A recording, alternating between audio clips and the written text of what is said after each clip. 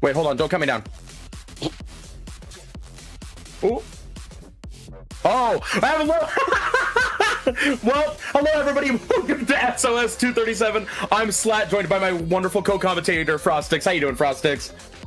The window's open. It's providing a really nice late summer breeze, and I am being chilling. We're up with StarLit versus Chiptide, and in brackets Bamboo in this week's edition of You for a sec. Or Sync. So, yeah, I mean, we've been it's been a lot of the down low for me. I mean, I've been at it with like Riptide and whatnot. Sly, what have you been up to? Since unfortunately I can't join y'all at Riptide, I have been focusing more on content things for the community instead. That's kind of what I've been doing, is putting myself in the video editing dungeon. But enough about that. Let's see what teams we got here. I will say, big fan of JB13. It's my GOAT. Oh. Big fan of JB. That's my GOAT right there. I'm looking at. Go ahead and take over for a sec. I'm gonna go pull up the. I'm gonna pull up the. I can't. I mean, yeah. I mean, well, this is literally the first group within this entire pool stage here, seeds 25 and 24 respectively, and I'm really thinking this could be a cutthroat decisive set, and it's going to be a tower. Not to say a tower sandwich. It's going to be a zones sandwich. We're opening on. Okay, well, that says Robo Ramen. The map, that says Robo. The stream says Robo Ramen. Sendu says Umami Ruined. Oh, yeah, okay. It says Robo Ramen. There it is. It's Splatoon Umami Ruins. Thank you, Justin, once again for keeping everything held together. So, that's my go right there. Yeah. Talking about Umami for a second. Classic, you got the two zones instead of the single one. So usually, like, we see the game start off with like both teams going for a zone. So more recently, I've been seeing two split off and go for both immediately. Just kind of, I don't know. Depending on the weapon comps you have, it might work, it might not. But instead of just talking about it, let's see what we got instead with our weapon comps here. Okay, so ooh, we got a decav and a bamboo. What the heck? Hey, I mean, they are called Chiptide Bamboo for a reason, and Ouija's bringing it to the forefront. And you know what else they're bringing to the forefront? 52 gal, two of them. Absolutely, and we immediately see a member of Chiptide Bamboo go down, which doesn't seem to be it does seem to slow them down, as it looks like StarLit's going to get a good opportunity to cap the zone here and start putting down points in the first 20 seconds. So already, this Commentators staggered back as the rest of Chiptide is trying to regroup. They have the bubble ready to go. They do pop it, but Montserio is going down. Master Star holding down the line with the shot. They have their Zuka ready to rip, and unfortunately going down, especially with two members of Chiptide being at half health, they really could have whittled them down, but they do at least get rid of the Bamboo and the 52. It's a very consistent stagger coming out from StarLit. Absolutely, and honestly, it is funny as you say that they immediately get pseudo-wiped, leaving just the poor Slosher out by himself. Hey, they do have a Tri-Strike, which they could use to retake zone, as long as they all push in together. Let's see if they end up doing it. I mean, they have it still. We do see one go down. Ooh, but we have a Killer Whale on the side of Chiptide, so they're just not going to let StarLit get in. Yes, they are really fortifying this choke point. With the whale and the bubble here, they do not want StarLit to push any bit further. And here's that gal with the wall already just hunkering down. We already have the Bamboo, I'm pretty sure, taking control of Dome as Chiptide is now in the lead. StarLit definitely want to make use of these strikes to get out of their own elbow, their own choke point. But then they go two members down, they get rid of the shot, they get rid of the headed. And that's a stab you don't want to be messing with right now, because that's your soda. They get rid of the Commentator, so now here comes the strikes from the bucket, and StarLit needs to be taking this zone, and they need to be taking it down fast. Those were some interesting strike placements from StarLit. I mean, they didn't really do much to get the zone. In fact, they should have just thrown it all at the right zone to get the quicker pick, but it's what have you. We see the decaf here trying to sneak in to get some picks because they want to keep the zone. They have a good lead, but even though there is 3 minutes, anything could happen, you know? Ooh, an amazing double. I think someone else got it, but dang, a double's a double, right, Frostix? Yeah, double's a double all the way through already. The gal and the buckets go down. There's a splashdown on the side of Chiptide, and there was a Zuka on the side of StarLit. Motoserio is the last one left on Chiptide as the rest of their team goes down. The zone now into neutral. And we're seeing the bucket on StarLit having their strikes once again to start this hold. The zone goes back into the favor of Chiptide here. The zone goes back into neutral. One zone collected in each team's color. That's a 1v2 against the gal, but the gal is able to at least take one down before going down to Vaporeon, the gal on the side of StarLit, who is now going on to Ouija. It is only the blaster left, and that is another clean. It's a really good recuperation from StarLit because they have not a lot of penalties to go through. They seem to be taking a little bit more space here. I think they're a little bit hesitant right now, Slat. Yeah, absolutely. I mean, as the penalty is breaking down, I mean, they kind of need to hop in quicker as they're saying, like, they need to get rid of that anxiety because, as I say that, they start throwing out every single special they own to immediately cap the zone. It seems like they were listening to us because they get the wipe out here. Yeah, it's like, I think they really just had to take a lot more space here, especially considering that they had like that Gauss that can go up here. They can probably like work on it alone while the rest of the team respawns. But now look, Chiptide's immediately going to take that back and immediately wipe them out and send themselves even further into their spawn. Motoserio's moving in on the Greats here, but Master Star is able to ward them off just a little bit. But now their penalty points are whittling through. Master Star's going down right before the Zuka can pop. The strikes come out from the bucket, but they're not touching the zone. Slat, this may be dire if StarLit can't put this into neutral. We're already in the single digits. Absolutely, and those strikes at that point, look, they were just trying to get in and get what they could done. And look, it was enough. They were able to very closely, with a minute left, take the penalty back over, giving Chiptide a hefty plus 52 points.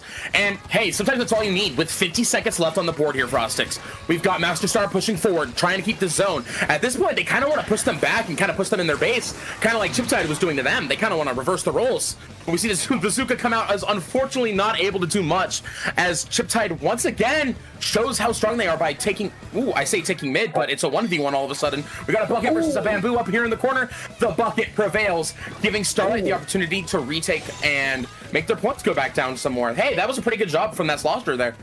Yes, the Slosher just keeping it down in that bamboo bucket 1v1 and then also getting that blaster for free. That's a really solid steal. Vaporeon, they're waiting to pounce, but they get caught out by the whales from the gal on the side of Chiptide. But that gal goes down as well. It's 10 seconds left. It is deadly close right now, Slat. Here comes the strikes from the bucket, but no, the zone gets capped right back in the side of Chiptide. And I think that is exactly what Chiptide needed to negate overtime. The score was 7-15, and the winners of game 1 are Chiptide Bamboo. Yeah, and they did a pretty good showing us how dominant they were going to be during this first match. Every time, like, yes, StarLit was able to get in a bunch, but not for long with the just absolute, just like stopping power. I meant to say pushing power of just Chiptide really just knows how to push StarLit back in their base.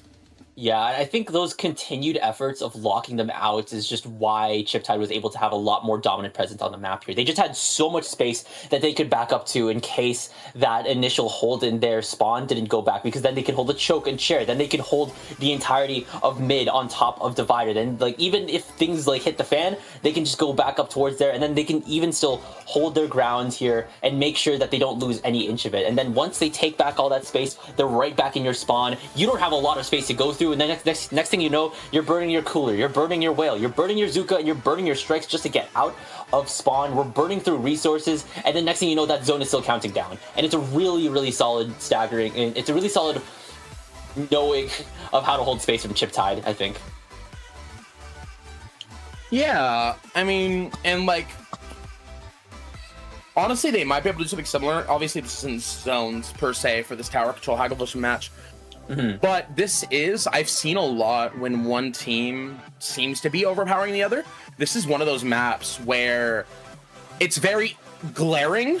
It's very glaringly obvious, like, who like has the better mechanics. But as we were saying earlier, I wouldn't count StarLit out, because they did a good job not only towards the beginning at just making sure like they were getting back in, but they had that I don't want to say retake, because I think they had it. They almost lost, but were able to hold for a little longer. I wouldn't count them out just yet. I think, if anything, what StarLit needs to be putting into practice is just a good amount of distancing. When you're working against a Bamboo, when you're working against a Decapitator, and of course the 52 gal in particular, you need to find a way to choose your fights very carefully. And also, against that Custom Blaster, you need to find a way to dip and weave out of maximum ranges and make sure they're kind of burning a lot of those very lengthy animations between Custom Blaster and also between Decapitator. Like, if you can catch them lacking, you can probably like punish them really hard. So already, Vaporeon's trying to take some initiative with this early wall. They're having their eyes set on the flank here, probably for some flankers. Speaking of flankers, that Decapitator went down as well as the shots, but now that the cooler's out for Chiptide, things may be shifting. Absolutely. Honestly, at this point, I'm looking at the amount of paint coverage on the map. Both teams are pretty solid, honestly. Like, honestly, at this point, it's just whoever can get the picks they need first. As we see, both teams have drawn their first blood. As the 52 gal is trying to focus on this poor bucket here. We see it, multiple people go down, but still giving the StarLit. Oh, I don't want to speak too yet. That blaster was going to stop StarLit from pushing forward. However, StarLit is honestly starting off really well a minute into the game. Yeah, exactly. I'm not sure if you caught that, but it was Vaporeon that took a lot of the initiative with that 52 gal getting 2 down there. And then they called for the assist from the bucket in order to get that blaster once they pop that splash down. Now they need to put a lot of attention onto that top right here. You do not want that blaster to be lingering, or you do not want that pencil to be lingering there as well, unless you go 2 members down there. So Master Star, as well as I think G7 on the bucket, they need to probably hold their ground here or back up. Master Star caught out in a bit of a pickle. They are able to get rid of Cell, but I'm not sure if it's enough, because right now Chiptide's going to be able to immediately take back their side of the map here. They're already poised to start contesting mid once more, and they have a lot more of the range now that Luigi is on Pencil instead of Bamboo. Yeah, and honestly, like, I've been like paying a lot more attention to Pencil since I've been commentating more recently, and it's like you have the cooler, you have the ink coverage, and sometimes you just need that to take the space that you need.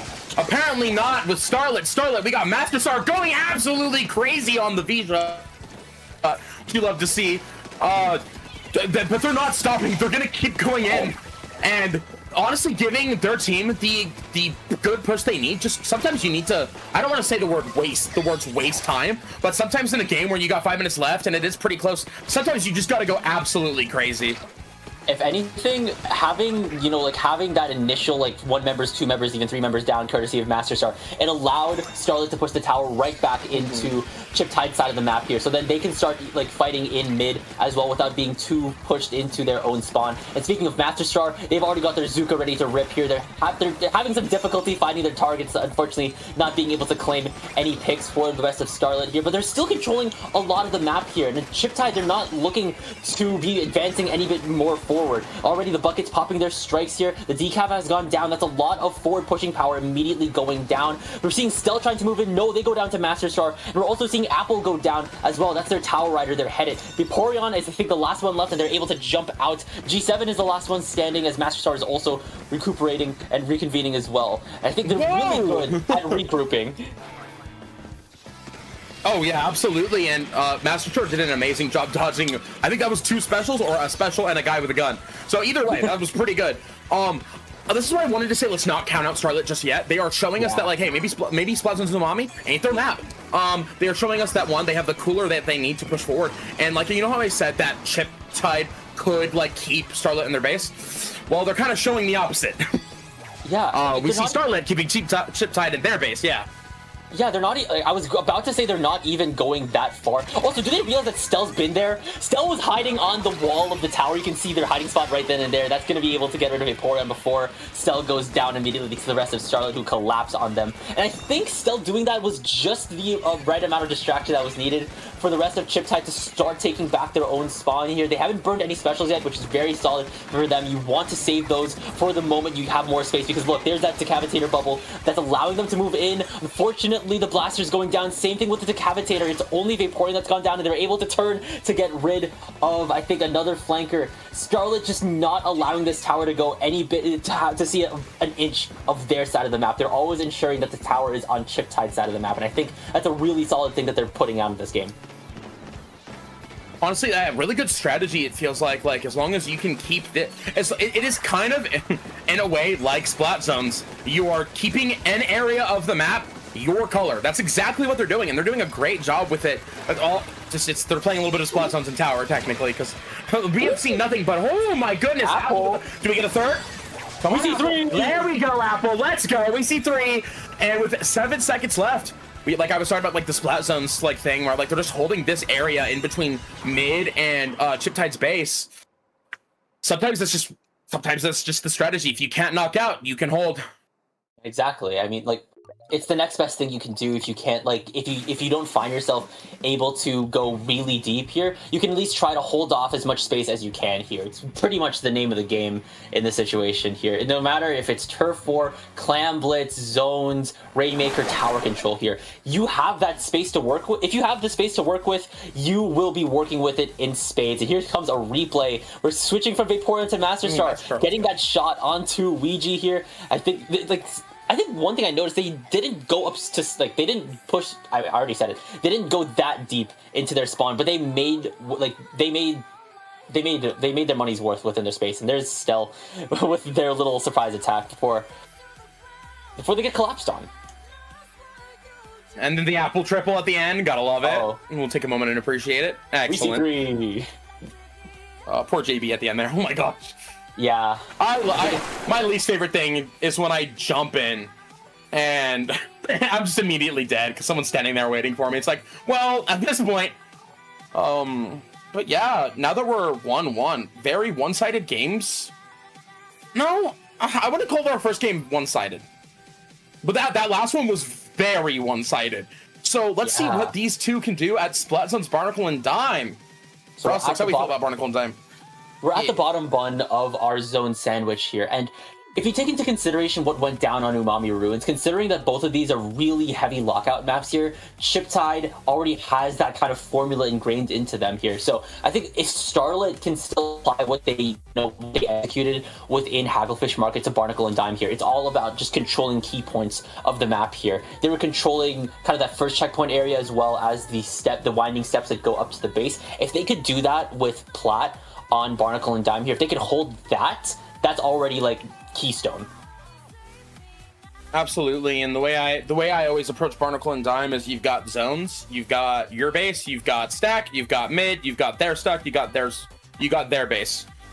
let's take each one and move forward. If you can take your stack, and then you can take mid and then their stack, you have the perfect opportunity to punish the enemy team by keeping them in their base. But with that extra drop that they added in whatever patch that they did, it does give an extra escape option for anybody trying to sneak into the map. Is that we got a tri-slosher? Interesting. And no changes on the side of StarLit.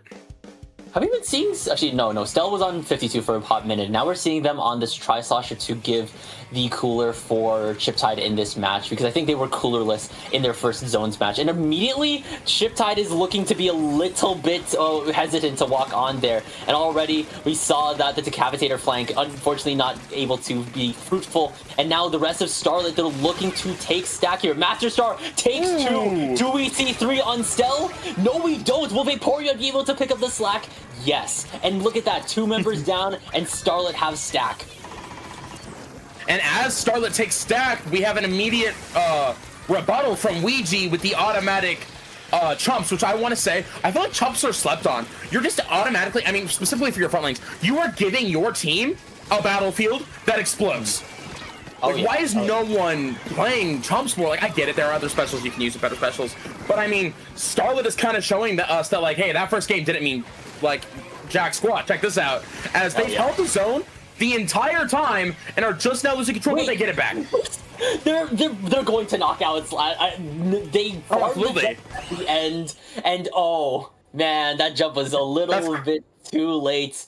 And yeah, you worded it completely correctly. That first game, StarLit simply say that first game, that was a we're retconning that first game. And hey, didn't count. Didn't count. So that's well, congratulations, StarLit, for taking our first round one, our first set. Frostix, did you have something you wanted to say? My bad. No, yeah, I was also about to say the same thing you're saying here. StarLit will be taking this first, will be taking the round one for this stream. All right, well, let's see what we got here. Oh, wow. That group has FreeFlow in it, by the way. They got FreeFlow Deluxe. Who? Sorry, well, excuse me, who? It's okay. Well, I thought it was FreeFlow. I mean, like, they got Aaron, Kiki, Anton, and Anil in it here, but I mean, it's like they also have the seed 1 in Group A. So StarLit has StarLit appears to have their work cut out for them. We have a lot of teams and a lot of pickups. I'm trying my best. Hey, at least these names are a lot better than they were during Golden Paddle. Was it Golden Paddling Pool or the commentary set we did before that one? There were some names that we just either couldn't say or were just emojis. Like, well, yeah, it'll be there. It'll be there. Absolutely. Well, you just know. As our Group A ends, we're going into round 2. Yeah, we're kind of like, here we are. Okay, wow. So we're met with Sandbina on one side and Baby Lois Griffin on the other end. Got it. So Doomed Yuri versus This is an interesting. This is an interesting versus set we've got here. I don't know, but I'm sure we'll figure it out with this match. I know a lot of these names. These are a lot of names that I've seen before. Well, yeah. How many? If I had a nickel for every Yoshi in the Splatoon community, I'd be going to Riptide this year. You had a nickel, you said? I said if I had a nickel for every Yoshi in the Splatoon community, I'd be able to go to Riptide? Yeah, probably. Damn. Okay. Am I being a little dramatic? Yeah, maybe. But let's take a, if we can, take a oh, it's right there on my, gosh, I'm so blind. We're going to Mahi Mahi. Which, according to Falco's Blue Sky post, the best Splat Zones map in the entire game. Well, to be fair, Pat also says that it's the best map in the game. So, I mean, I like to call it it's one of the comp scene's golden childs, and the other one is at the end of the set. So, absolutely. I thought you were gonna bring up my golden child Mako Mart, which is also another golden child. Well, let's talk about Mahi. Let's do it. Yeah. Let's not get too ahead of ourselves. Oh. Well, instead of talking about Mahi, let's experience it. Actions speak louder than words, they say, and already Doomed Yuri is bringing out the notorious four of the four that the Splatoon community seems to talk about. And oh, you know, they're bringing out Wiper, and I like Wiper. Big fan of Wiper. I want to play Wiper so bad. I just can't figure it out, man. Let's see if Geo does a good job with it. As we immediately Doomed Yuri is going forward, we get an immediate blast from Surskit. Oh, that was crazy. Oh, poor boy. Surskit, what are we doing? Oh, we're just standing. We're standing. I was like, don't do that. Yeah. But we're dodging, we're weaving. Now, if there's one thing I do know for sure, someone that plays a lot of Wiper, is that it gets checked by Gal, just like checked so hard. But at the same time, what doesn't get checked by Gal?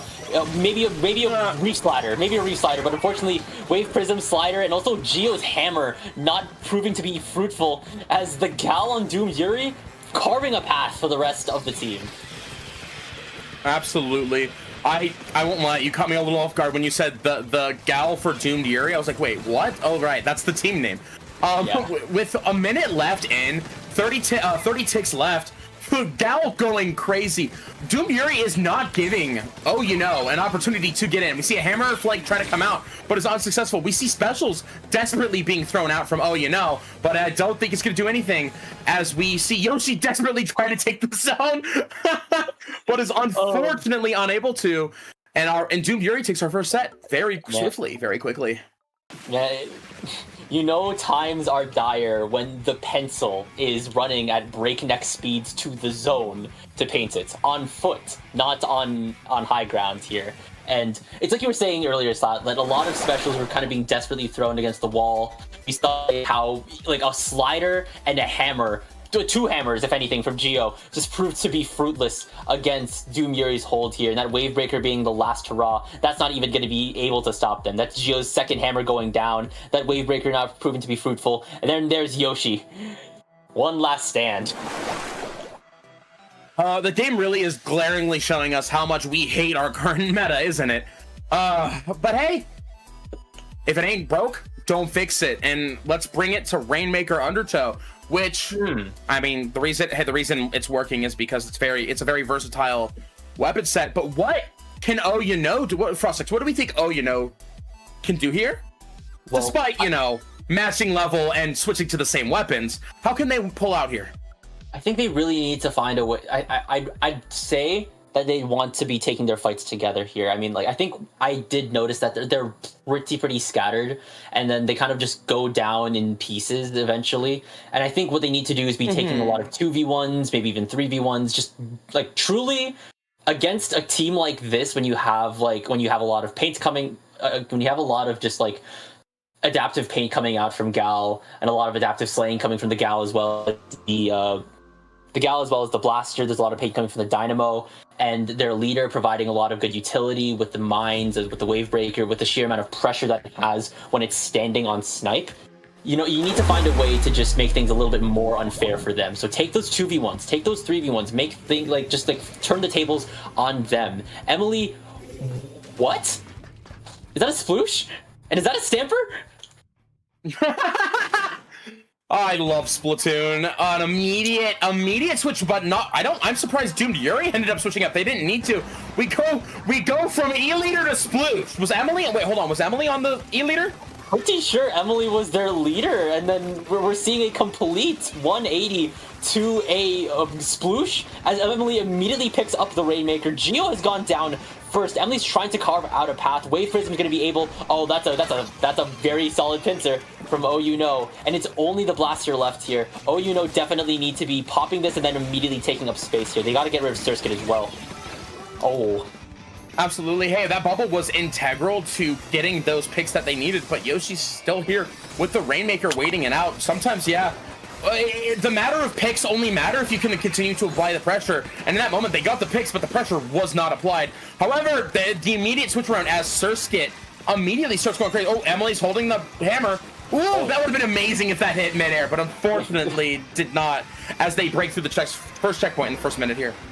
But now they've entered the fight club, because this is just a very close quarters environment here. It's a hammer-shaped hallway, it's a slider-shaped hallway.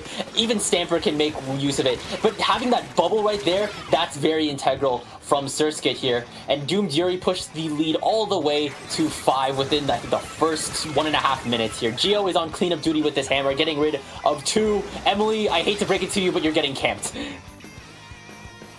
Absolutely. Keep going, keep going.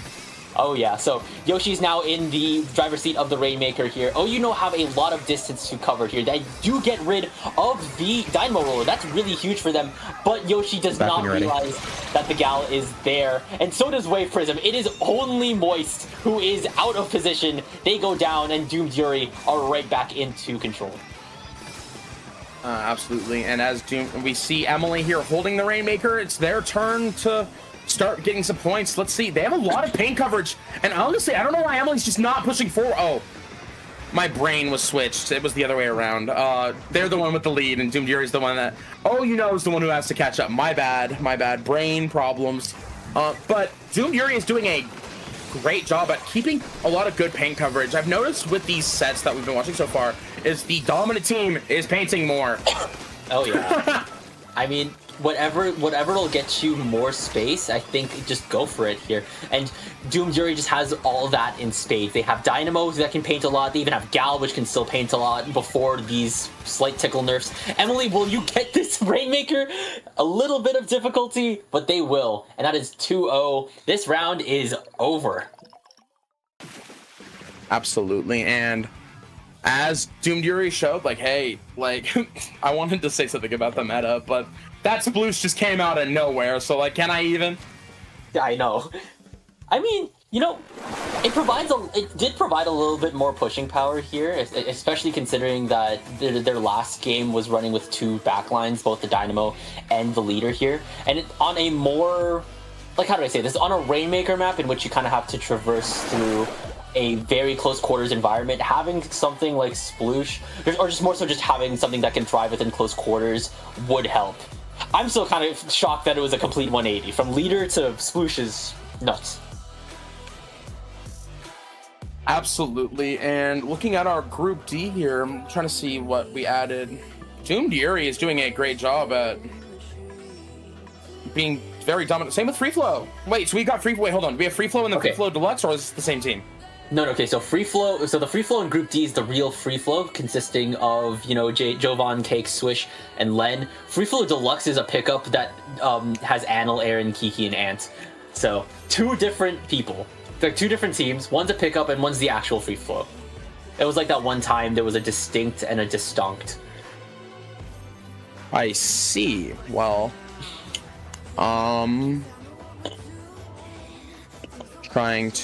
my computer's taking the best moments to act up.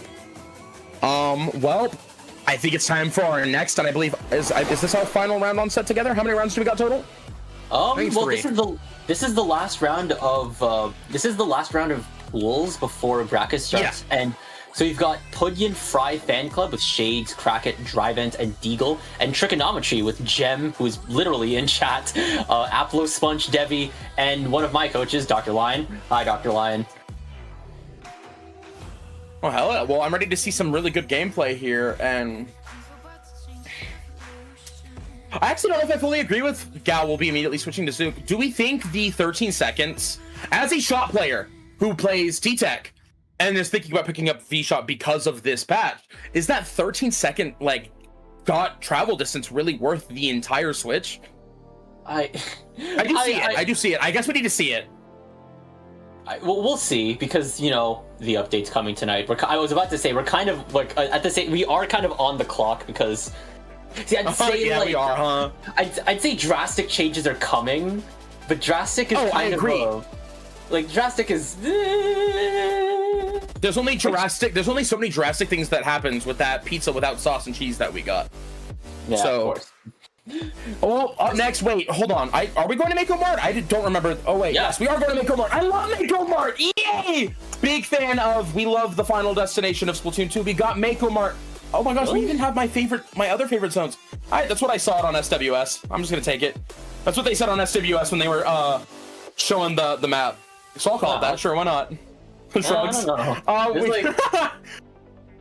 I've seen case uses. I've seen case uses for what's it called, for Hagglefish being considered Final Destination, but you know what? Well, that's for 3. I said for Splatoon 2. I said Splatoon 2. Probably. Yes. Yeah, you're right. Yeah. I think I agree with you on Haggle. I like that. Although we do see zones Mako Mart a lot more, which, by the way, what were you gonna say? I was going to go into what Mako Mart was about, but you go first. I didn't have anything to say. I was filling for time. Go crazy. I mean, Mako Mart is a AoE player's heaven. If you are running a blaster, if you are running a bucket here, even if you are running a sword or a roller here, you'll be able to ledge your life out. I know her. Okay. Exactly. There's a pickup that's called. There's a team in here called Stamper. I hardly know her actually. Well, yeah, I hardly know her. Okay. I'm very curious to see, because I'm personally a favorite of Splat Zone ship shape, so I want to see it. But if we don't, I won't cry about it. My cat is trying to get out of my room, but he's not allowed out right now. Dang, which one? He's Oliver, the tabby. He's screaming at the door. Okay. He's like, "Let me out!" Yeah. And with that, we are going to Mako Mart. Let's see what weapons we've got on both sides. Slap won't let the cat out, but Justin is letting us in. Let's get into it. And we're seeing a dread. We're seeing a dread from Trickonometry. That's in the hands of Devi, and we're seeing bulbs on that's a bulbs bow on Deagle, and also Anarchy Nova on also on Pudyin Fanclub. I'm a fan of both of these comps that we see here. Won't lie, my favorite bow is the Inkling, which rest in peace for the nerf it's about to get, but that's besides the point. Pudyin Fanclub immediately takes zone, which they don't have the best control over it, but it doesn't matter. I mean, hey, if you have the zone, you have the zone, and they're doing a great job at spreading their pain out and making sure they have good coverage, not letting Trickonometry even get in. Yeah, and they get rid of the bucket. That's a really solid move, getting rid of the strikers and immediately punishing Devi post-slider. It's like that slider never even happened. And already Shades is moving in, almost getting rid of Alpha Spark here. They also have their Booyah Bomb ready to go, and Doc Lion, you gotta watch out because there's a Booyah Bomb right in front of you here. You're being spared for now, but you may just be ledged, or you may get shot down by this Inkjet from Deagle. And they're just taking so much space and counting down so much more. Ooh! The double immediately, I wanted to say just real quick, that little interaction with the Booyah Bomb looks very respectful. Neither of them decided to attack each other, so I thought that was pretty funny. But despite all that, with 3-6 left, I don't think Trickonometry really has a chance to take the zone back, as Pudyin Fanclub takes our first game 1-0. We love to see Nova wins. We love to see Nova wins. And we also love to see bulbs that are Incline, because we've been seeing a whole lot of Incline, and maybe that's why it's getting a little bit tuned down with actually, what were they doing with Incline again? What do you mean they? Who's they? And by they you mean the team that we just watched? No. I thought that points they were... I understood. Points for special got nerfed.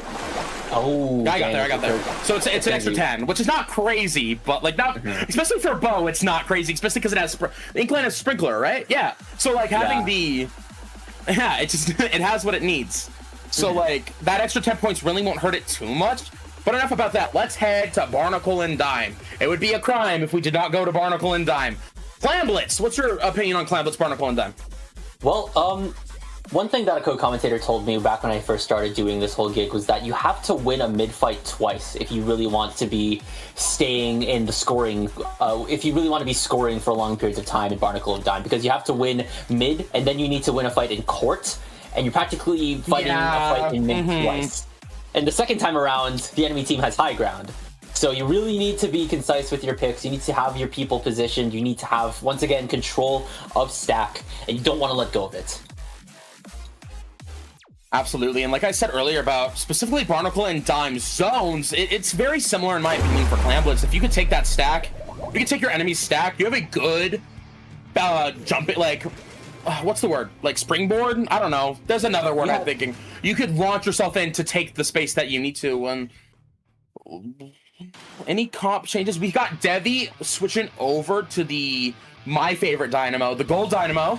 Dr. Lion, was Dr. Lion on the sticker stamper? No, Doc Lion was on Bucket last time, and then we're seeing a weapon that I personally, I think, anticipated them a lot to be more on a Stamper, because I think that's what I at least remember Dr. Lion a lot more on when they were on Whip Rays. But now we're trying to, okay, already 2 members down on Pudyin Fanclub, and immediately I'm not seeing a lot of movement from Trickonometry though here. They get 2 members down consistently, and we're only now moving up here. I think we're hesitating a little bit, and now immediately you were met with an Inkjet from Drivent here, and now look at that. They still have their stack, and you're still stuck in mid. Yeah, and like for Clam Blitz, probably in my opinion, can be the slowest paced game mode. Like you kind of need to, like you said earlier, you need to take your situation and move forward. And Trickonometry didn't really do that, and Pudyin Fanclub is definitely taking advantage of that by coming in and spreading their paint ever so closely, taking that sack, just like I was mentioning earlier. Can they get him with the ball? They can, and let's see this score start ticking down as they start throwing clams in. Yes, Deagle is throwing all what they've got on board. Drivent will also be throwing 3 in. We're going to be clearing halfway through our points, but Gem and Dr. Lion are moving in together, trying to take back some space, but Doc Lion goes down. Gem goes down to Drivent on the Nova, and they're still going to take some space. They're keeping this basket, or they're keeping the space in the possession of Pudyin Fanclub, and they've still got more clams to throw in. Deagle's got 6 here. They're just emptying their pockets right now. They're going into the teens. Is there any more clams left here? Drivent has an Inkjet ready to go, but finally they get shut down by, I think, Spark or Devi here. But now that the basket has closed, Trickonometry, they've got one hell of a hill to climb. Yeah, this is pretty rough for Trickonometry. I mean, hey, they have the time to do it. You see Dr. Lion get the Booyah Bomb out. Hey, honestly, if they could do what Pudyin Fanclub just did, push forward. We see Jam pushing forward with the Gal, trying to get picks. Does back out before they when he realizes he can't get much, and unfortunately gets punished by the bow. Yes. Oh my! The amount of like back and forth we're seeing during these games, I'm very much enjoying. We see Deagle coming in with the ball. Just had to throw it down so we can get an Inkjet going, and let's see what Deagle does with this Inkjet here, Frostix. Yes, we're trying to move with the Inkjet here. I really like that, and we're following it up with the Whale. Gem has gone down. Spark has gone down. Devi is in a little bit of a pickle. Shade is throwing off the Booyah Bomb. Able to get rid of Shade before they can advance, but they get caught out by Drivent. They're making this Nova work, but they get shut down by Doc Lion, and Deagle is the last one left. They need to hold this ground lest they go down to Dr. Lion, who is now probably rallying the rest of Trickonometry. They need to take a lot of space here because there's still a lot of yellow paint in mid as well as their stack. And I think there's still a lot of time here. We've got 2 minutes left on the clock here. Trickonometry still have a lot of time to make this work, and they've already gotten rid of the bow. They're popping out the chumps here. They can make this work. Sonic, what's in store? Well, I was going to say something different until I saw Gem go down there, unfortunately. But you were pointing out the amount of paint on the map. They are focusing, it feels like, more on clams than it does on taking space on the map. Which, if you take space, clams will follow, because as you paint, clams will appear. So I don't know why Trickonometry just doesn't slow down a little bit. You've got a minute and a half left. If you could slow down and set up, this is where you, like, this is the time to do it. We see Devi come out with the Dynamo. Ooh, it's cooler time. This could be their time to push forward. Just, ooh, the Splat Bomb punish on the Dynamo. You hate to see it. You truly do, and if anything, they're just staggering Trickonometry ever so slightly here, pushing them back more and more, which allowed the rest of Pudyin Fanclub to build that another power clam here. That Inkjet will be fading fast, and as Drivent is driving back, here comes the second Inkjet from Deagle. Doc Lion's ink armor is shredded. Here comes one power clam, and if anything, I think Trickonometry, they've got a lot of paint in their courts here, not allowing the rest of Pudyin Fanclub to get any more score. So this is going to give them, well, it's not going to give them another pity. They've kind of let that happen. But they've got 35 seconds left on the clock to get past 11 points. It's kind of a Sisyphean task right now. It's not impossible, but if I can be honest, from what we've seen so far, I don't know if Trickonometry has the chops to get forward past it, unfortunately. But like I said, but that's okay. This is literally just bracket. This is pools. Oh, sorry, this is not bracket. Excuse me. We're going to bracket next. Me when I lie. We're going into bracket next. So pools are really just to figure out where you're supposed to be, go against where you can. So I wouldn't count Trickonometry or put either of them out just yet, as we do see the Booyah Bomb come out. And they have balls, so let's see if Trickonometry can turn this around in overtime. Yes, really solid from Dr. Lion getting 2 with that Booyah Bomb, but then Dr. Lion going down to a Booyah Bomb on their own. It's only Devi and Apple Spark here. They have a lot of paint, but they don't have a lot of kill power right now. Devi going down, Gems trying to charge forward. No, they go down to Drivens, and there is no overtime. Trickonometry, they will be getting knocked out. There is no overtime. Wait, there was overtime. Well, there was overtime. It just ended. There wasn't over. Well, okay, yeah, there is overtime. There's no more. There is no more overtime. Me when I lie. Sorry. Me, Sorry, Rest. me when I spread misinformation on comms. Exactly. Me when I spread misinformation on the internet, and boom, the connection to the host has been lost. Oh shoot! Wait, does that mean? See, that either means that whoever was hosting the room immediately wanted out, or the time has come. The time? Maybe it's patch o'clock. I don't know. Oh, okay, we got groups done before the update. Oh, nice. Okay, we're fast with it. Which, is that a blessing or a curse? Like, I don't know. Do we want it to happen yet? I think Justin more so means that we got our bit of stream done in groups. We got our part of groups done in the stream before the update, which means we don't get to be sitting ducks for 30 minutes to an hour. At least we don't have to worry about that, because I think we're all done. I think, unless we're doing one. They're telling us. Hold on. Yeah, unless we're doing the. Okay. Oh, gotcha. So what you're saying is if we get hit with maintenance, we're screwed. Well, you know what? To be fair, I think if I feel like maintenance could possibly take the same amount of time as the usual. I feel like I feel like taking, how do I say this? Like, the amount of time it takes for brackets to be finalized could potentially be the same amount of times. It could potentially be the same amount of time for maintenance to go through, though I may be horribly, horribly wrong. I won't lie though, Frostix. If I had to choose any people to get stuck here with, it would be you guys. So let's do this. Why not? Yeah, you too, Justin. You too. We're in here. For I know they can't hear you, but you can hear me. We're in here. Yeah. We are in here for the long run. Until either groups finishes or bracket. Actually, well, looking at like the rest of pools right now, I think a lot of round 3s either haven't started or are going to game 3s. So we could be here. I mean, I'm really hoping patch doesn't maintenance doesn't start during pools, but we'll just have to see. One can dream. Oh, is it really? Say word, it's happening right now, Justin. Oh, it's happening right now. What you're saying is that it's podcast time. Well, we are. I mean, we are stuck in here for the long run until we are able to do our IPL mandated one bracket match. What other? You go to Riptide Frostix? You go to Riptide? Well, no. My land money was spent on Gommel. That makes sense. Hey, Frostix, dap me up. Neither of us are going to Riptide. We can hang out together. Hell yeah. I don't know if you heard that, but I tried to dap myself up. I did. It's okay. I assumed. Silence usually means that. Ooh, shout out the wonderful Pipe Dream for bringing up the patch notes. Thank you, let's talk about them. So we've got version 11.3 releasing today. They're giving me my gun. Yay! I love guns.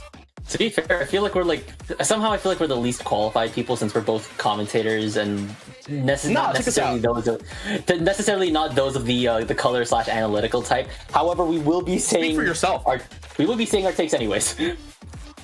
Hey, speak for yourself, Frostix. I don't know what my takes are, but someone might enjoy them. Someone, who knows? Well, let's get started here. Carbon Roller, Deco, and Angle, all 3 kits, adjusted the damage fall-off rate based on distance for vertical swings, allowing it to deal 50 damage or 100 damage. What? 50? Huh? 50 damage? Wait, does that say 50 damage per 100 damage farther than it did before? Okay, so then... I think that's more like 50 to 100. Oh, 50 to 100. Anyone in chat want to add... If anyone in chat wants to correct us, I actually don't want to Let give it us to just know. anyone. Is there anyone in chat that I trust? Hold on, let's see. Community. Hey, Jem was there. Jem was there a bit ago, I think, before the set started. If your name is Jem, Asing, are you there? let's see. I'm being very picky. Asing, yeah, I was gonna say Asing and Jem. I don't think Jem is still in here. Well, which is fine. The second note says increase the maximum movement speed with holding the ZR button to ink. Oh, so this is the actual rolling part of Faster carbon. Yeah, faster carbon. Oh, okay. Which, I mean, like, to be fair, I don't know. Well, heck yeah. Do a lot of carbon players actually do the roll part of it? Oh yeah, I was gonna say also Nox. Trust Nox. Big fan of the whip raise. Oh yeah. Nox is saying it means cans do more damage farther. Yeah. Okay. Resident Dynamo main. It's good for it's definitely good whenever carbons go for the vertical flick here, whenever you got stragglers or you're ledging here. If you are carbon and if you are playing on Mako Marts or Ship Shape or this will probably be good, I think. Let's get on to Tri-Slosh here. If needed, Chara already did a video on the patch. Well, we're not Chara, we're Slat and Frostix, and we're doing one now. Hey, you want to go back and forth? You want to take turns? Oh, well, yeah, I talked about carbon. You talked about Tri. Yeah, let's just go back and forth. Tri-Slosh will reduce the amount of ink consumed. Why? Oh, so they okay, so all the tries consume less ink. Yeah, you know what? It's 5%. It's 5%. I'm not sure if this is this is still good, I guess, for the tries out there. I personally don't like fighting tries. I had to start putting bomb defense because I go down to fizzies a lot, but to be fair, it's gonna help them stay in the fight for a little bit longer, I'd wager. So you get more, you get your coolers more, you get your screens more, you get your, what does V-Try have? Inkjet? Nouveau has Jet, Ashen has Ableist screen. Nouveau has Jet? Regular has Jet, Nouveau has Cooler, and then the last one has Screen. Okay, that's understandable. My bad, I messed up. But hey, I know a couple Tri-Slosher fans. Good for them. I mean, this isn't the biggest buff, but like, more ink, hooray! 1/200th of ink. They get 1/200th of, wait, not one. It'd be 5/200ths. I don't know how math works. I don't do math. I go to an art school. This is beyond my pay grade. So I'm not sure. Pay grade? You're getting paid for this? No, I actually burned through. What's up? Hey, Frostix up next. Glugas. So reduce the scatter shot after a dodge roll by approximately 10 seconds. Reduce the scatter, so there's gonna be it's a tighter spread after you dodge. Okay, I think that's, and if anything, that's also Gluga's whole niche within the rest of the Dooley family. Yeah. Yeah. It's literally 52 gal Dooley. So like. Oh, it is. Wait, they gave it K-Gal kit. They gave it K-Gal kit. That's right. Big fan of Gluga, but wait, they only did it to the first two Wait, is there only two?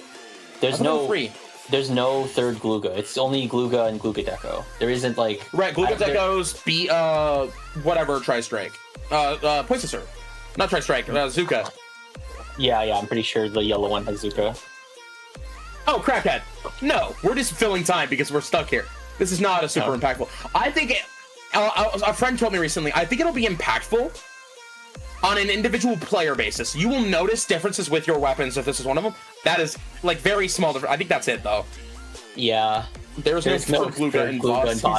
Yeah, there's no K Gluga. This is in 2019. I got like favorite.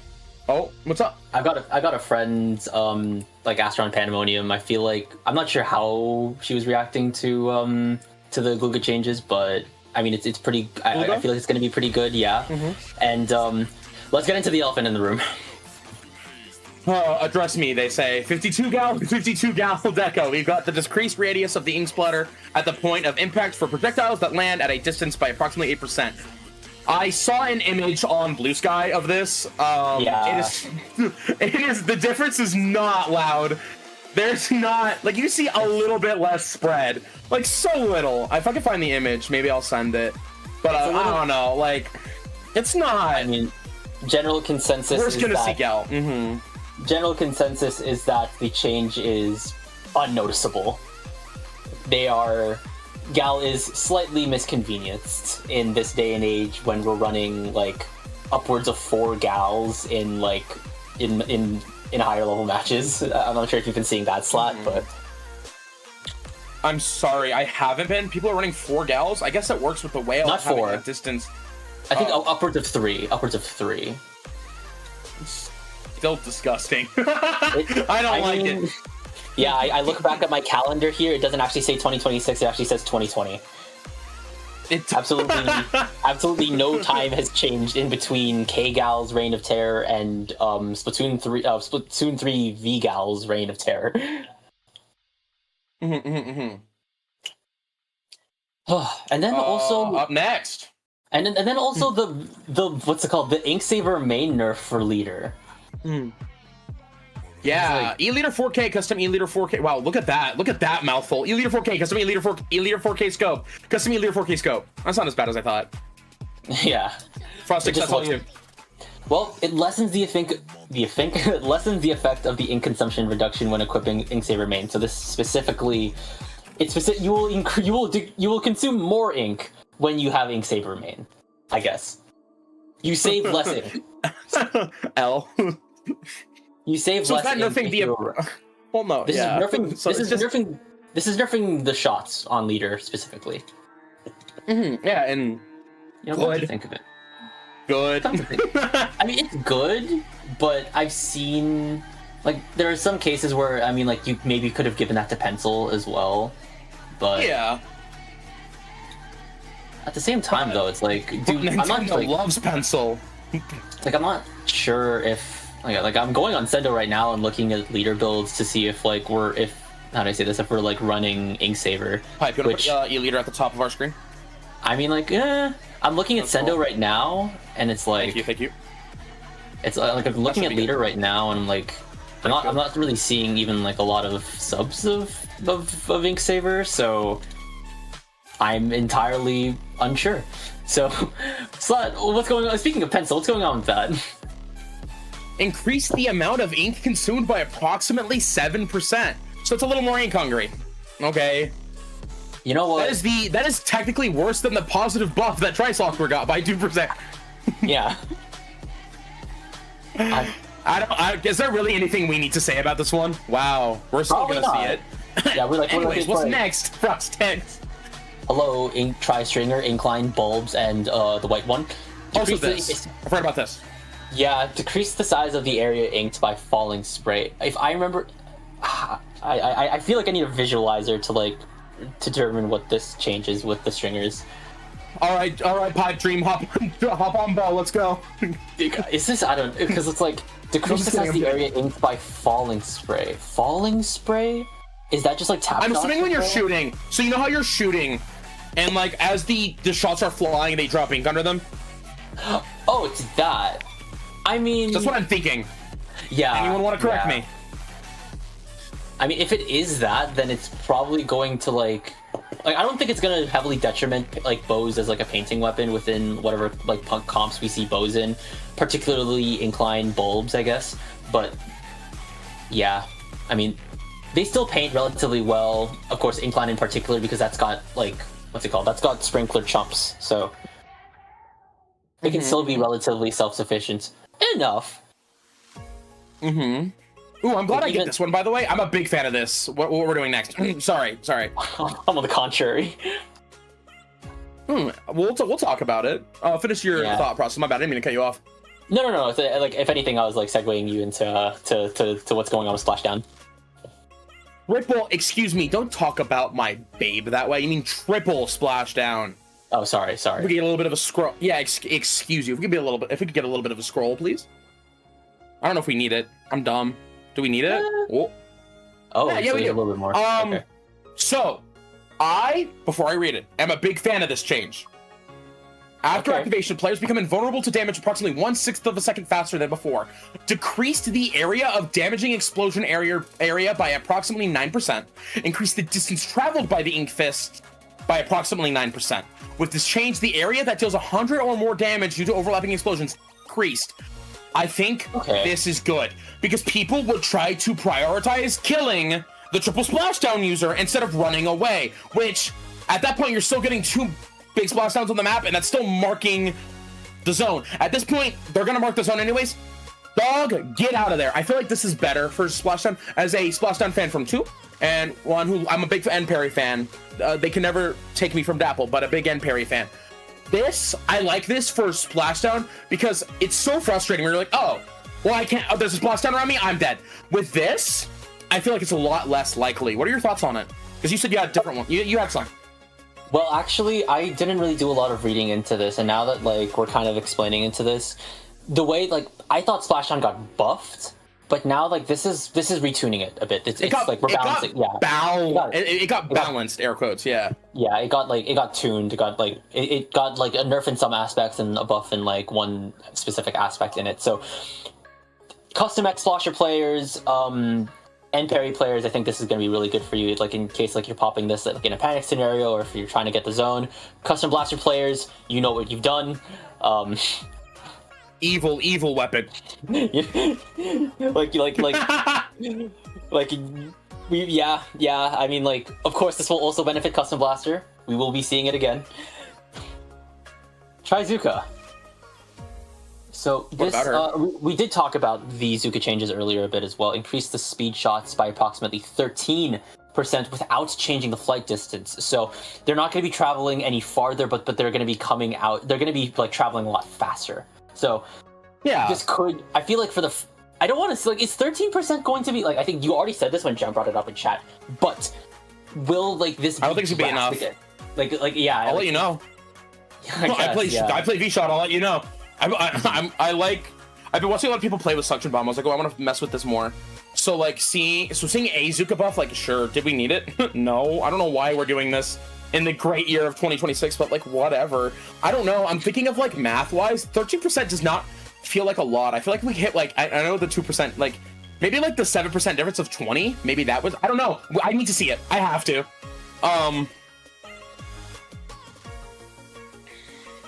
But yeah. See like how the Zuka shots will be traveling out. Like yeah, we have to see. Will we have to be readjusting our like reactions to whenever a Zuka gets popped by a shot, a carbon, I don't really know what else has Zuka. The third kit. Gluga? Yeah, yellow Gluga. Wait, what do you Wiper. mean? Hold on, Frost 6. There's only one Wiper kit. Yeah, to be fair, there is kind of only one. I don't know what you're talking about by third Wiper kit. Yeah, there's a second one to begin with. Hey. What? There's 3 Wiper kits? First I knew. Ink Vac. Decrease the amount of opponent's ink that can be sucked up by approximately 9%. Okay. 9? So it's just 9? Okay, so it's kind of the same thing that they've been doing to Gal. It's like, ooh, it's like how like everyone say it with me. Nothing burger. Dare I say, this is they were being awfully. I want to feel like they're awfully meticulous about this because maybe like if they drop the numbers down even more, this would affect 96. You think so? That's just a conspiracy, though. Probably not, because this will also decrease affect the amount. What does this mean exactly? Like, it's just less that.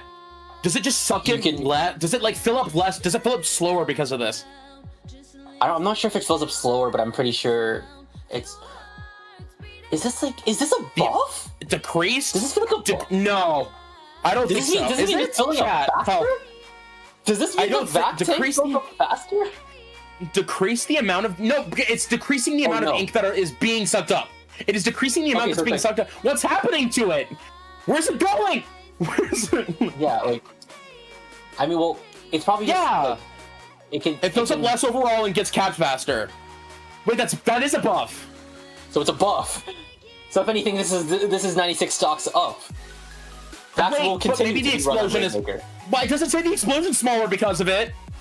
No. So this is a buff. Shrug. a buff. Okay. Anyways, Frostix, Everyone give it up we're for on a 5 weapon more point months. special change. Everyone give it up for 5 more months of Back on Rainmaker. Now let's talk about Prozen. No. It's now... Whoa, we're dealing with 180 missiles from Prozen.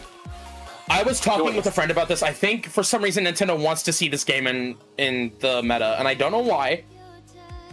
What? Like, I don't know. See... That could be like, why the heck are they doing this? Why? Why? Like, no one's playing Frozen Pro. It's like, Tetsu missiles aren't the craziest special right now. Why are they? It's like, ooh, piece of candy. Like, okay. You know, like, all right. Maybe we'll see more pros. You know, with a gal being this strong and, you know, with 180 missiles running around, I look back at my calendar, it's not 2026, it's 2020. We're back. Custom Hydra Splatling is 200 to 190. That's the bubble one, right? No, that's the... No, that's the third kit. I think it's not... What is it? Scream? Is it the third kit? No, I think it's... No, I think the third kit is called something else. Yeah, hold on.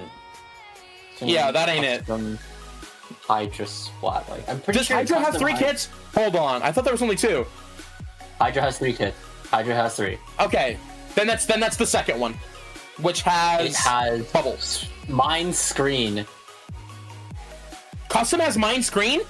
What is the new one? Oh, the new one has... The new one has bubble. The third kit has bubble, but... So that's a 190 screen, but at the same time, we don't really see a lot of custom Hydra. It's either, like, I've been also seeing the V kit. It's the V kit or the bubble one. Yeah, and we already talked about this before, but 200 point chumps come out from Inkling Stringer now. They didn't need to do my goat dirty like that, but it's okay. This update adds a weapon. We know. The third Tense Attack. Introducing the third T-Tech and the 7th shot. Hey, as a shot main, I'm not complaining, but also, I'm sorry, guys. Yeah. For certain main weapons, we have made it more difficult to safely keep splat zones inked or maintain constant pressure on opponents. If you say so. Hey, I feel like we need more details with that one. You can't just be hiding that one in the fine print. Well, there's more. Frostix. Read the next line, Frostix. As for the other main weapons, we have made changes. So we're moving on. Enhancing their unique characteristics or improving ease of use. Oh, is this like? Oh, so this is specifically talking about the weapons they were talking about within the patch notes. Okay, I thought they were like. Yeah. I thought they were like vague posting about other things that they're doing. No, so you know what I mean by like, individual players will feel the difference with their weapon. I think they're highlighting this there. Like, yeah. Okay. The next update will focus on changes to multiplayer balances, and I don't think we need to read it unless. Do we want to read the bug fixes? What's our ETA? What's our ETA? Justin does have the update, at least on their Switch. I don't know about every other. I don't know about Justin, hop in bracket. Let's go. I don't know about every other person in bracket right now, because it's like I'm looking at pools right now. Round 3 of Group A has been delayed. Round 2 of Group B has been delayed. All of round 3 in Group C has been delayed. All of round 3 in Group D and Group E. At least round 3 in Group E. All of round 3 in Group F. Group G's finished, actually. All of round 3 in Group H. All of round 3 in Group I. 1 round 3 in Group J. 1 round 3 in Group K. And Group L actually finished. So. Yeah.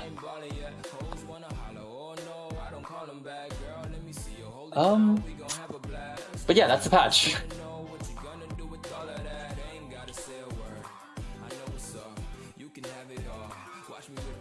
I'm downloading my patch so I can have my gun. Oh, you're right. I probably should as well. Even though I don't have Raiders, so I'm not really getting that. I just need to anyways because I think I have a scrim on Saturday. Software update via the internet. Okay, that's downloading now.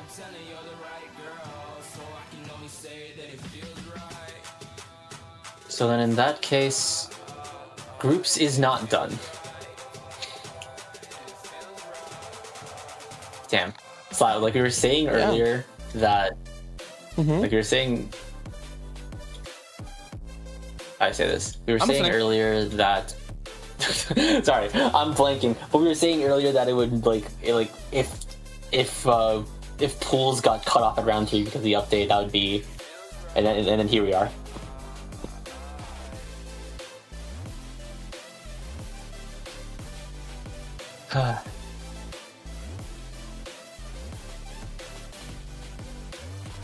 Yeah, I need to run to the restroom if that's okay, real quick. Like, that's why I've gone quiet. Frostix, you said something to me, but I need to run to the bathroom.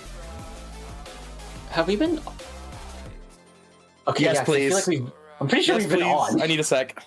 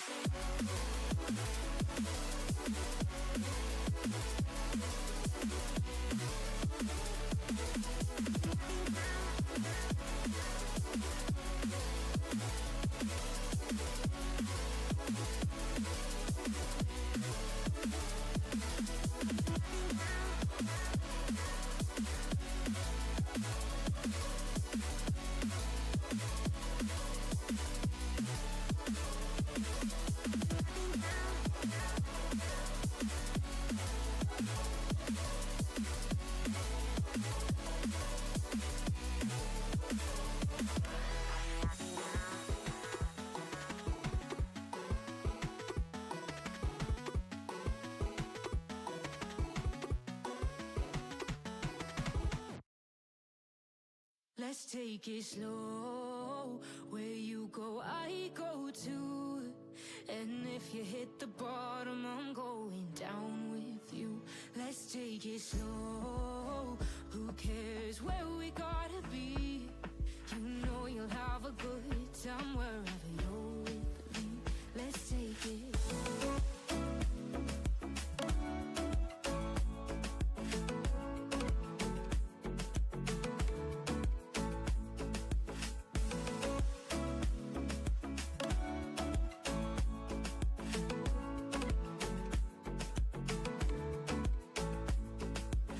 Ask me how we got here, 'cause you don't know how. You say we're taking on water, yeah, we're sinking now. You're looking all concerned, like we're gonna drown. But we both know how to swim, no worries, let's flow for now. Let's take it slow. Where you go, I go too. And if you hit the bottom, I'm going down with you. Let's take it slow. Who cares where we gotta be? You know you'll have a good time wherever you're with me. Let's take it slow.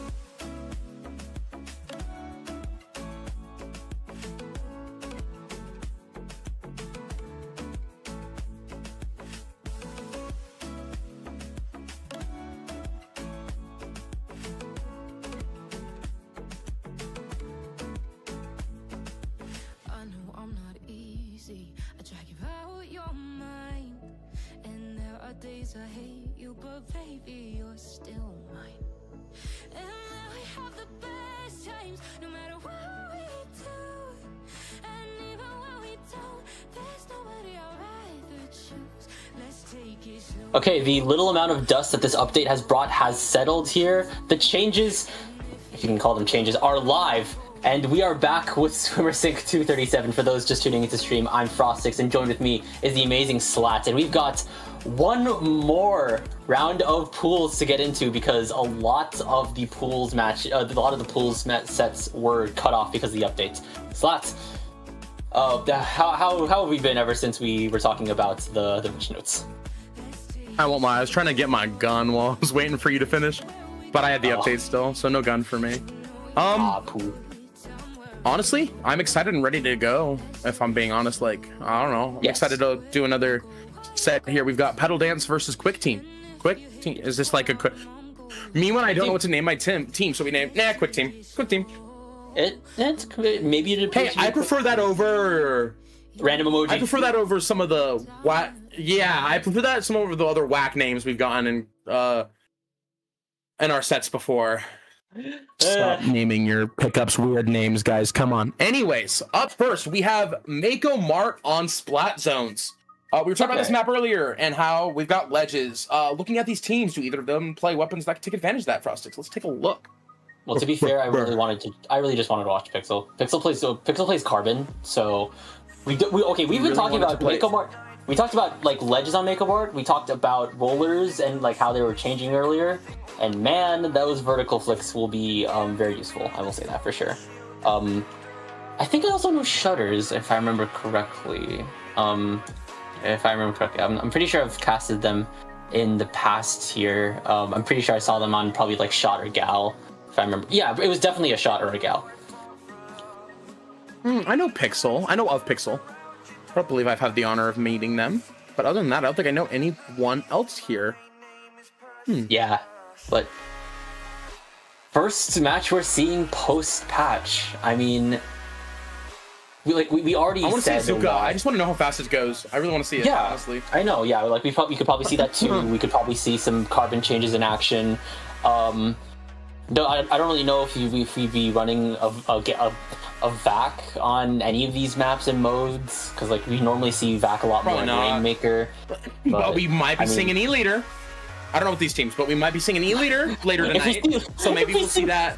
If we see leader, we'll have to really see. We have to see a leader with Ink Saber main to see the new leader in action. Yes, that's true. And like you said, no one's really using it.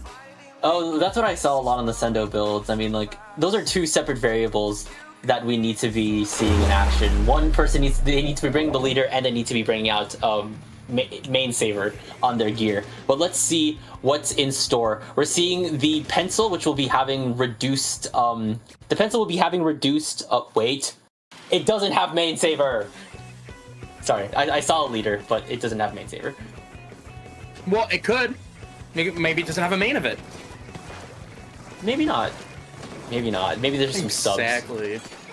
Don't jump the gun here, as we see Connor jumping up and throwing some soda on the ground and immediately start using their dynamo to take control of the zone. Petal Dance, I was gonna say, only got a couple ticks in before that was switched over, but it is switched back in their control. Yeah, that's the word. Sure. Yeah. So they've all okay. So someone already got 2 down. I think that was the gal who was shutters. Pixel's already eyeing the ledges here, so we can see some of the vertical flicks. And wow. Does that go far? I'm not entirely sure. Here comes that splashdown that recently got changed from Teton. That's going to be able to get rid of the gal. That's a really solid onto there. And they're taking on this left stack together. Honor goes down to Pixel, who's trying to flank onto the custom blaster, but I think Pixel's gone down. It's only the blaster and the leader right now, and Petal Dance are clearing their points very quickly. You know what I was saying on Barnacle and Dime? The stacks are very important.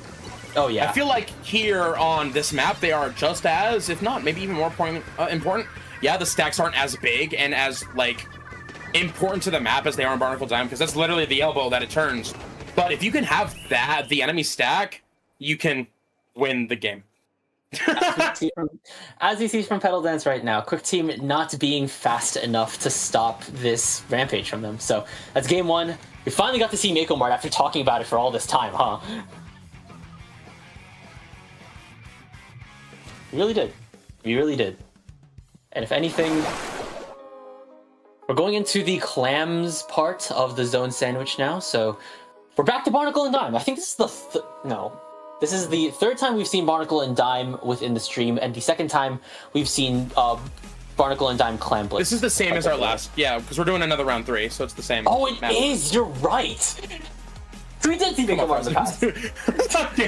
Okay. No, to be fair.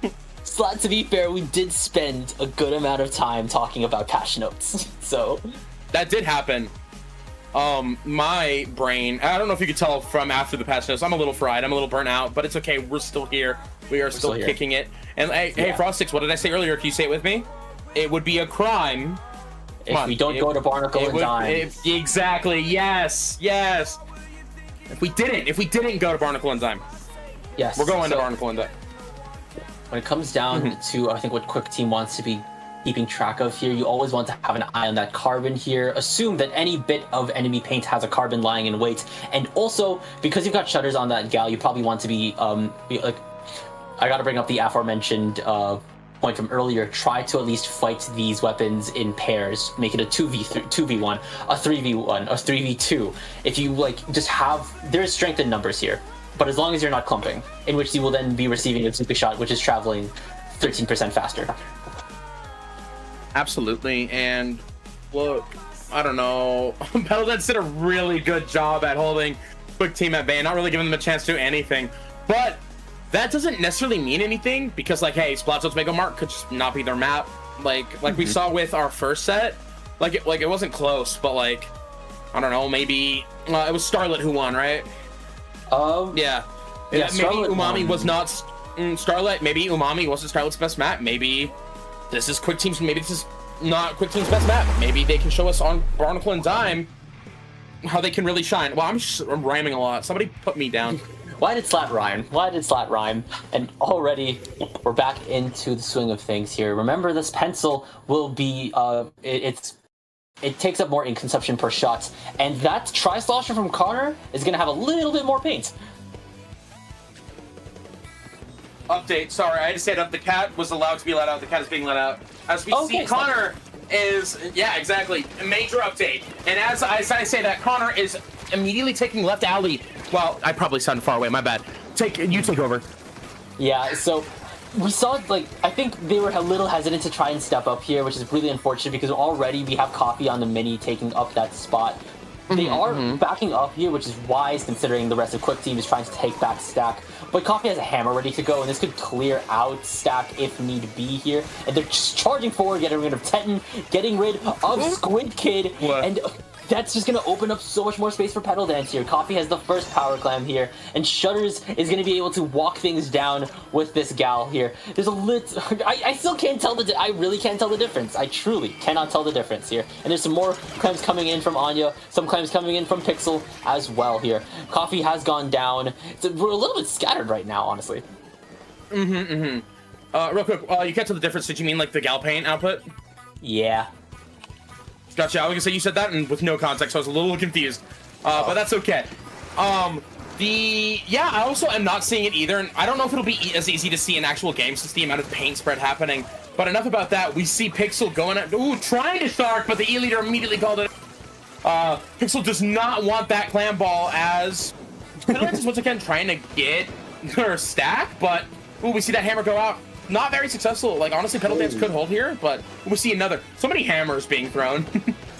Well, yeah, you've got a Wiper and you've got a V-Mini here. Already 2 members of Petal Dance go down. I think this is your moment to move in. Make sure you live up to your name, Quick Team, and run. Take Stack, take space. Don't just hesitate in mid, Connor, because you've got all this paint to yourself. You've almost got this cooler ready to go. You could probably fight someone like the Mini, probably even fight someone like the Carbon. And speaking of the Carbon, Pixel is flanking. Do they notice that she's there? No! And that 2 members down, that's going to secure the wipeout for Petal Dance. And they're immediately going to go in. Oh, I can finally say it because they've got 2 power clams. That's 1 power clam from Shutters here. They're getting a little bit of resistance from Quick Team though here. That second power clam is not going to be able to connect to the basket just yet. Here comes the Zuka. I really can't tell if it's moving any faster, Slot. I missed it. I'm going to be honest. Oh! Okay, not just when you yet. say I can say it. There it is, yeah. A second power clam has hit the basket. Boom! I was thinking the same thing as you. I wanted to say that earlier so bad, but no teams had the clams. But Petal Dance is doing a great job regardless of having more or less than 2 power clams. They are keeping that basket open. And as I say that, a third ball has hit the clam basket, ending the game and bringing it Petal Dance to a nice, quick, and easy 2-0 against Quick Team. I don't know. Yeah, unfortunately. Is that what they meant by quick? Yeah, Quick Team meeting their quick demise to Petal Dance. And that is, I think, that's at least one last match. Well, hold on, we got some replays. This amazing double with the stamp. I wanted to point out, which is amazing. I've been hanging out with Lip Ray's Drop Rock Candy, aka Nox, and they've been giving me a little bit of advice on how to play a little better. I play frontline aggro Slayer, right? So I've decided to actually pick up Mini to teach myself to play a little more patiently, because I can't just throw myself. I can't just throw myself at people anymore and oh, I have a gun, I can just start shooting. No, I have to charge up my weapon and still make sure I'm doing the not playing too risky, which is I think helping. Also, that burst bomb hammer, I don't know, I've been commentating a lot recently. Hammer looks really good in low level right now. I'm loving seeing the pics taken with it and the amount of sick hammer clips I've seen recently. I've been enjoying it a lot, and I was messing with hammer earlier. It feels so good. I think honestly, with a lot of the weapons that are running amok and running about right now, charging forward with the hammer feels a little bit dangerous to pull off here, unless like the situations are really right. But to me, there is never a wrong time for you to throw hammer, just because Oh yeah. I know. So like, it can threaten a lot of things that are sitting very comfortably. You that leader, that pencil, that splatling, that bow that is sitting up top on a snipe here. You are sitting oh so comfortably here. No, you have a hammer headed to your location. Yeah. And like, I don't know. It's like having a melee weapon that you toss at any time. Like it's like, in my opinion, it's one Zuka shot, but better actually. I feel like it's just more like radius. You're right. Yeah, you're right. So this just in, that's really funny to say it like that. This just in, FreeFlow could face off against FreeFlow Deluxe. Ooh, that's Are they both in the same bracket? Okay, FreeFlow Deluxe is going Great White. So they both need to win quarterfinals to end up in semi, which well, we don't know if the bracket will be when the wonderful Milotic Incarni takes over. However, I think we have one more round still. We do. I think we still have one more round left. Yeah. We're gonna be able to. You still get to hear me and Slat one more time, so don't go anywhere. I think we'll get into Great White pretty soon.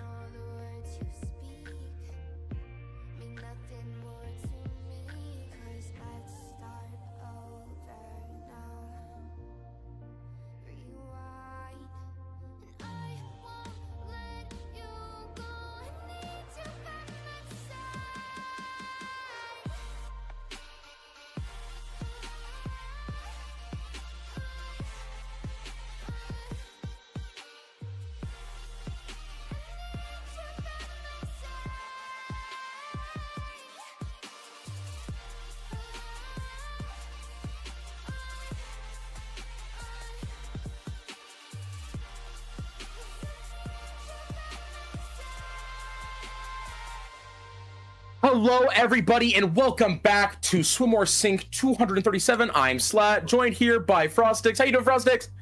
Oh, well, I'm still chilling. We're still at it, and we've got one more set of together before we have to fade into the ethereal void, and it's featuring Glorp Gang and fwoggy. Before they lock me back in a room until I commentate again. Yeah, that's what happens to all of us, actually. Yeah, exactly. Like, the reason you don't see us that often in the day-to-day is because we're locked in this one big room called the commentator chamber, and Pop Gun oversees it. Actually, if you have any questions about that, ask Pop Gun. Anyways, we have Glorp Gang. We've got Glorp Gang versus fwoggy here, which you said you are familiar with members of fwoggy. Yes, yeah, we've got some, at least I think two familiar names. We've got Afro King from Distinct and Ichideko. So, I know two of them at least. Oh, I thought of a better name at the commentator's corner. That's a lot better. Anyways, up next we have, we're talking about the final destination of 3, like you were saying earlier. We're going first to Hagglefish Market. Big fan of this Splatoon stage. In fact, all of these maps, a big fan of. If you ever try to take me to Splatoons on Inkblot Art Academy, hell no.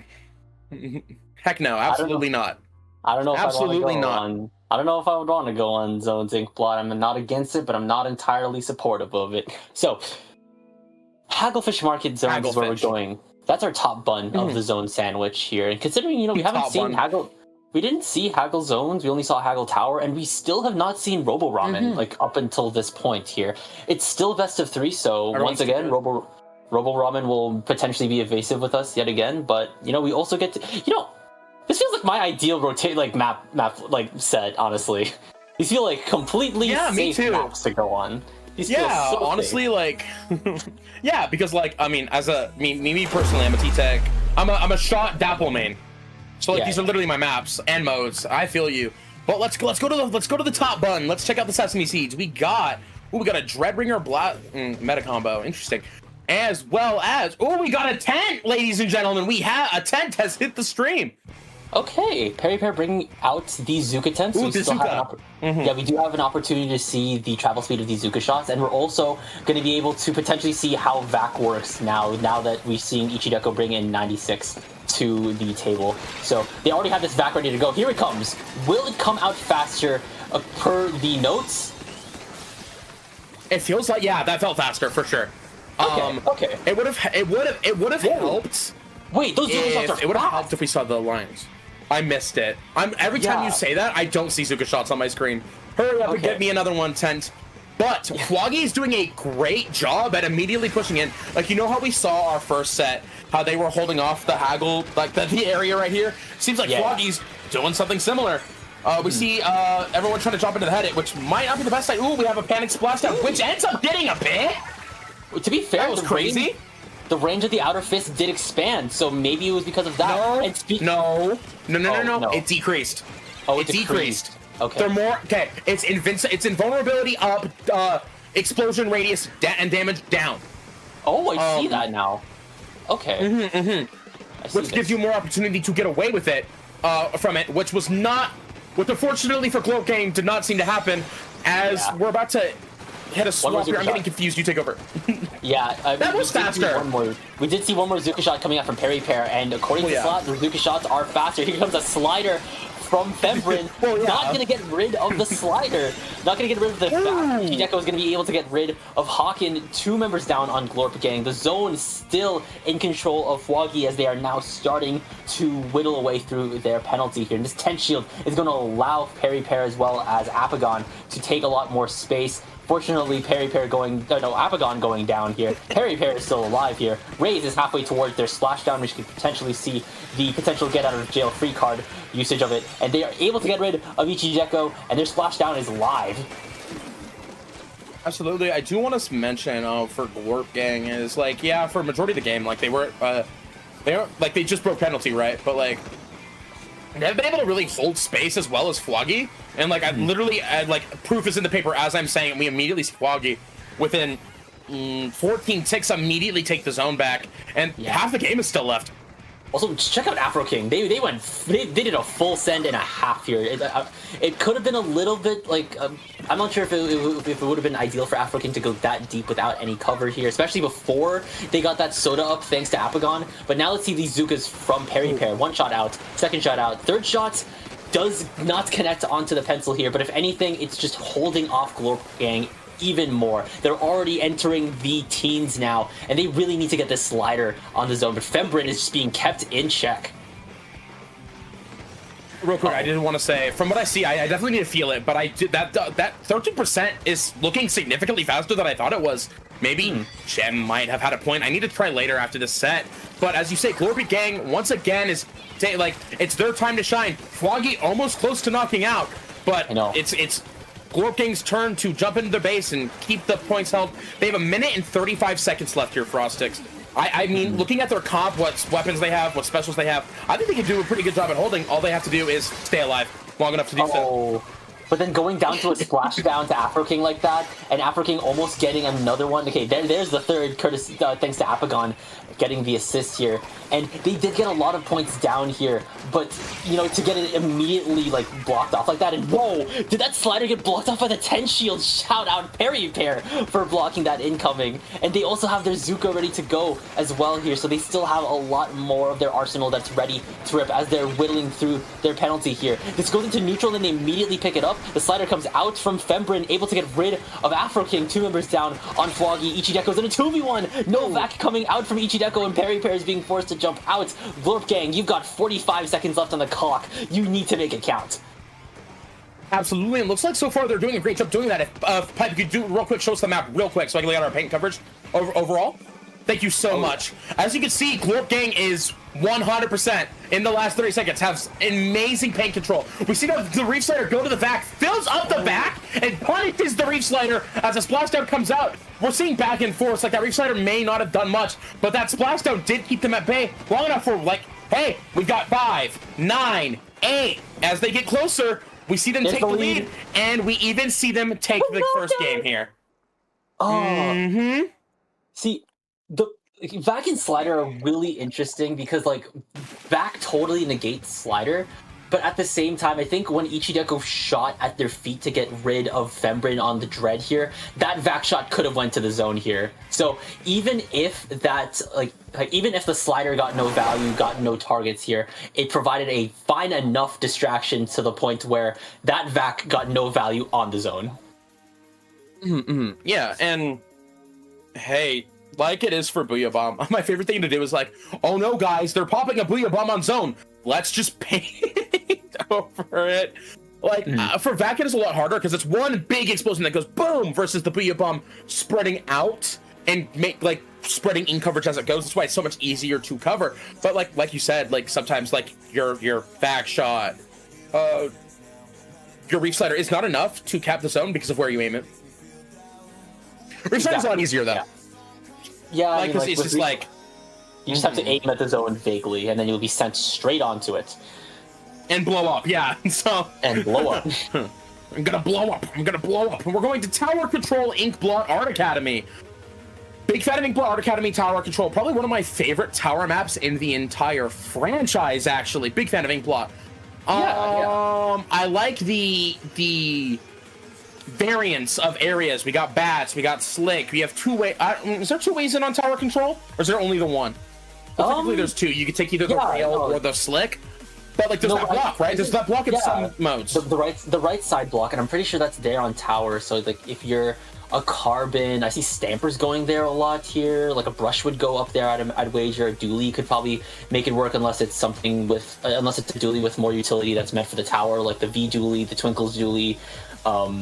Stuff like that. So lots of ways to go about a tower push here, but you really need to make sure that you have certain key positions locked down. You need to take bats here. Kind of the name of the game when it comes down to Inkblot Art Academy. See, I have a question. You keep saying name of the game, but isn't the name of the game Splatoon 3, not Inkblot Art Academy Tower Control Bats? It's the name of the game now. All right, well then let's hop in. I'm not. Ooh, that gal was that 96 gal there? No, yeah, no. Well, Ichideko was formerly like they were on. Ichideko was on Vigal for the back, and now we're seeing. Honestly, yeah, like I've seen a lot of. I've seen a lot of Ichideko on the 96 Deco. It's kind of. I'm pretty sure that's their namesake, and having a Kraken on tower will never like. It's always going to be a good thing to have. I actually don't really agree with that. I feel like there are better specials at this point to have on tower in the meta because of how easy you can just get shot off of the tower. Rebuttal. I do think Kraken is still a good special here. At least for what was happening with the Kraken there as we start flying. Point. Splatoon 3 is a game that is completely normal and 100% works. We see the cooler comes out, but it doesn't matter because all 3 members go down and can't even drink it as glorp is who was on the back foot for the first minute, is now taking control and looks like spreading their ink to make sure that they have as much control as they can. We see they have control of right stack, but no one's touched left stack at all. Yeah, as I say it. Yeah, and right now Perry Pear is trying to defend left stack with like what they can because they're 2 members down on fwoggy, and you really need to try and hold as much space as you can when you're at a member deficit like this. And you also don't want to be backed up into a corner. Unfortunately, that tension will not be saving you, Perry Pear. And also Hawken going up with this gal assisted, and I think also there's I'm not sure, it's not Fembrin, but someone else is there. Hawken is now in bats. Fembrin has their slider ready to go. That can immediately shut off bats for anyone trying to retake. And that's who is with them. The custom blaster is in their spawn. Raze is putting in work. Absolutely, and like you were talking about bats earlier, is like a very important integral parts of taking this area and this like taking this part of the checkpoints is you really do have to like take those bats and push in. As you can see, we've got the pen there and everyone pushing in. We're at the final checkpoint here. Honestly, Frostix, it's looking like glorp Gang is doing a really good job at showing that they're the dominant team at the moment. Oh, definitely so. They've got a lot of space control to their name here, and even when Raze goes down here, they're still on the back. They're still accelerating here, but 2 members go down here. It's only the pencil, and fwoggy definitely needs to get some paint on the ground here. Take a stack, take both stacks even here, and make sure that everything's clear out. Even getting a pick onto Fembrin too, that's really solid, because now you don't have a slosher that can make work of all of its AoE here. Afro King, they're already chipping down Plurm and moving into bats here. They're probably poised for a splash down here. They also have Fembrin in their sights here. Perry Pear is also there to assist here. We have Apagon on the tower. They are also noticing Raze on the flank as well. Very solid awareness coming out from fwoggy, and they're making it work. 2 members down on glorp Gang here. Raze is half health. Here comes the splashdown. Apagon able to run away as fwoggy are still riding this tower here. Perry Pear is going to be able to get the jump to get Apagon into the fight here. Raze has already gone down. There's a Kraken ready to pop from Ichideko, but it's not coming out. Yeah, absolutely. And hey, what glorp Gang did in the beginning, like those checkpoints are really important, and I think is the reason why glorp Gang is still in the lead. As you can see with the points there remaining, is it gave fwoggy enough of a it gave glorp Gang enough of a chance to turn it around. And with 1.5 minutes left in the game, Frostix, if I'm fwoggy, this is bracket. You lose, you're knocked out. What can they do to turn it around right now? Right now, they just, like, well, first of all, they need to get a lot more space control here. They should not be going down to the slider. Ichideko, that's really unfortunate, though, because now you don't have a lot of the variable range that comes out with 96. You also don't have Apagon here, so you're losing out on a lot of range here. You've only got the tent and the blaster here, and Plurm's already right back on the tower. Perry Pear goes down. Afro goes down. Deadly with the squeeze is Plurm. They're also spotting out Ichideko, but Ichideko is able to take them down and is knocking down Fembrin, forcing them to jump out. You've got 1 minute left on the clock here. The stakes have been raised here, and Hawken is trying to immediately take attention, and Apagon's noticing them. They need to get a lot of more momentum in their favor as well here. They cannot allow this to be stagnant in mid here. Take space and ensure that it is yours. And 1 down on each side here. Hawken is not going down. Hawken is going down. 2 members down on glorp Gang. Fembrin brugs out the slider, getting rid of Ichideko, and is able to stand to face Perry Pear, to face Afro here. Fembrin is half health here. Are they going to take a dip in the water? Yes, they are. They take the swim. fwoggy, they need to get to points on the board here. They cannot let this tower cruise back to mid as it is doing right now, Slat. Yeah, absolutely. And with 10 seconds left on the board, like with the amount of paint out by glorp Gang, I don't know. Oh, yeah. Like they could hop on the tower now, but the amount of space that they need to take would just not be enough. as glorp takes our first bracket set of the night, 2-0 against fwoggy. And glorp gang. They have their work. We'll just say they have their work cut out for them. They're going up against FreeFlow Deluxe. They're going up against FreeFlow Deluxe in round 2. So they've got their work cut out for them. But they triumphed over fwoggy. Very decisive game 2, because I think that was a really close game 2. Absolutely, and I'm looking at what we got next.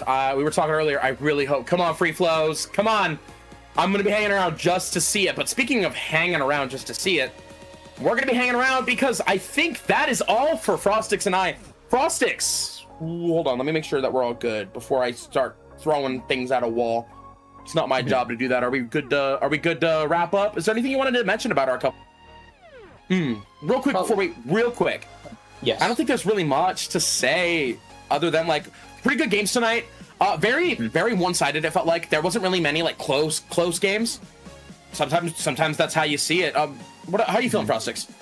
I'm feeling just about ready to sign off here. So I'm tired. Yeah, you know, I mean, like, obviously, I do definitely want, like, I want to stick around to see if the free flows go up, but we are on a strict time budget. You will be hearing from Carney and Milotic up next. But before we go, Slat, I get to say it now. Where can the good people Twitch chat find you on the social medias? I'm only going to say one because that's what I've started doing. I've been streaming a lot more. Check if you liked hearing me yap tonight and want to hear me yap more. I've been streaming. I'm trying to do it every other day or every day. Twitch.tv/Slatica. Frostix, where can the lovely people find you? Twitter is TK_Frostix. Blue Sky is Frostix.bluesky.social. YouTube is just Frostix, and you can also check me out. I do casting for the Toronto Splatoon local scene. So, yeah, so that's it. That's me and Slat here for Summer Sync. You're hearing from Carney and Milotic up next for the rest of brackets. So get comfy. There's a whole lot more Summer Sync 237 coming up next.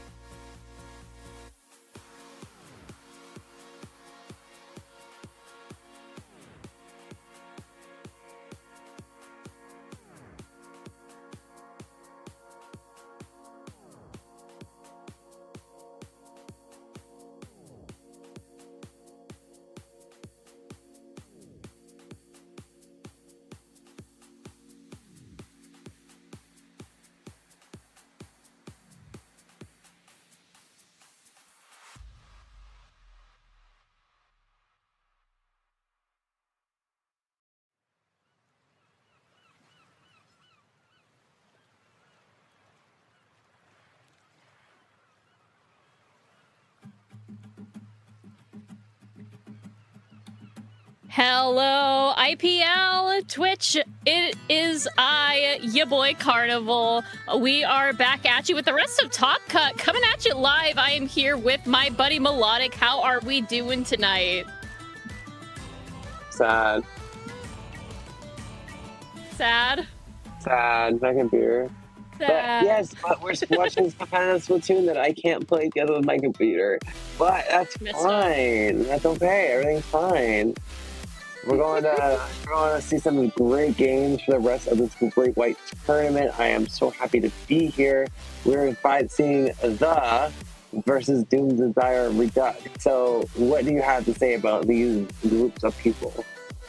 So I personally have not seen any of the members of the before, but fellow New Inkling goer Melodic, if you would like to draw your attention to 49er on the side of Doom Desire. I saw that. I was like, oh, I know him. Last time. Very excited to see how these two teams are going to be playing the. I am getting confirmation that the is an SOS regular here. So seeing some familiar faces all around, we're about to head into round 2 of our Great White brackets. It's going to be a best of 3. We're going to be starting off on zones, of course, Umami Ruins, followed by Clan Blitz Museum de Alfonsino, and if the set allows it, Mahi Mahi Splat zones. Indeed. So, okay. We were talking a little before about some of these changes in this so-called Oh, God. And I do know that Bonk, one of our regulars, likes to play a little bit of the roller. And this is after the patch came out, if I'm not mistaken.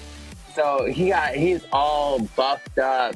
He's all juiced up with the extra damage and the extra speed. So it's gonna be interesting to see, can Doom Desire Redux be able to play around that, or if we even see the Carbon, because I'm still swinging for that swig, because I know he's done it sometime. But I just want to see, will we see the Doom that everyone thinks we're going to fall into, with like the leader and all the extra stuff? But moral of the story, Carbon's pretty good on this round. That's all I'm saying. Yeah, and again, like you mentioned, Carbon did just get a huge buff during the patch. An increase in damage to vertical flicks alongside an increase in speed while rolling, which is absolutely insane to me that they would even think about making Carbon faster, because it's already so fast. I'm not ready. I'm not ready to get Carboned. Like, I thought the Carbon days were over. I thought, okay, it's becoming more niche. We can just chill out. Now all I gotta can only dream. And now all I gotta do is paint it blue and call it something of how fast it's going to be. But it's definitely going to be interesting. I'm glad we're going to see a little bit more mode variety, because you can't watch Plasma all the time, but it is pretty interesting nonetheless. But still, even though Carbon isn't great at painting, there's still other options that can pick up the slack, even though a bunch of them just got nerfed for kind of no apparent reason. Cough, Inkling bow, cough. Rest in peace, bow user. Like, honestly, I don't even know the patch. The patch kind of like, it's like, is it even a patch, or is it just a bloody ban? I don't even know. I don't even know the point. What's the point of it all? You know, I say that I'm like, oh, scared of X, scared of Y, scared of Z, but I don't even play competitive anymore. I only open Splatoon just to play Salmon Run, because I'm a freak. Okay, my counter to that, why do you have a Switch too? Not yet. I was gonna say, why are you playing Splatoon 3 when you can play Raiders and get that new skin? I'm gonna. I don't have a Switch 2 yet, but I found out that my my GameStop does like the pay in increments thing. So for my birthday this year, I might get myself a birthday gift of a nice shiny new console and a copy of Splatoon Raiders, and also it will give me the necessary power to play more Fire Emblem. I love Fire Emblem. Right. I'm just saying, I don't think we need another shot skin. I don't know if we need 6 or 7 shots now. But hey, I'm so sorry. I'm trying really hard not to laugh. No, it's okay. We're just here to have a good time as we wait for these teams to get ready. I did already eat my pre-game sushi, so I'm kind of just still hungry, but also what? Pre-game sushi? The pre-game sushi. That's messed up. I want pre-game sushi. That's in my tummy now. I'm sorry. It's in my... I mean, I had a pre-game Swiss roll and some pulled pork, I guess. That sounds delicious for you. It was really delicious. The only actual coleslaw I ever like is from this guy who does like a barbecue truck every week at my local brewery. I have something similar, except it's a hot dog. A It's hot right dog outside- stand. A truck. It's a truck shaped like Oh, hot dog truck. Ooh. It's a trailer that's shaped like a hot dog. Oh my god, and it's shaped like a hot dog stop. Yeah, it has mustard on top too. Oh my god. I don't think you can get any better than that, honestly. Indeed, I personally have not eaten from the hot dog trailer because I don't eat meat, except fish. But it does look. I do chuckle every time I pass it on the way to work. I mean, you kind of have to. I mean, because it's just so comical. You know, it's just like, can you imagine? They serve hot dogs at a hot dog trailer. Imagine if they didn't. How messed up would that be if they served like hamburgers well, instead? Well, they would probably get sued for false advertising because that's kind of messed up. But yeah, umami ruins. Yeah, Mommy. I kind of hate umami. I'll be honest. Then again, I am notorious for coming on to anytime, anywhere I commentate and say I just hate Splatoon, which I kind of do. But like, it's kind of fun to watch though. There's lots of good moments, especially on Umami, where you can just lock out the other team and just sit there like the whole time, as long as you don't feed. I hope one of the teams. I want to see my thing come to life. You know, I want to see utter destruction on the dance floor right now. Like, it's a murder on the dance floor, for real, for real. For real.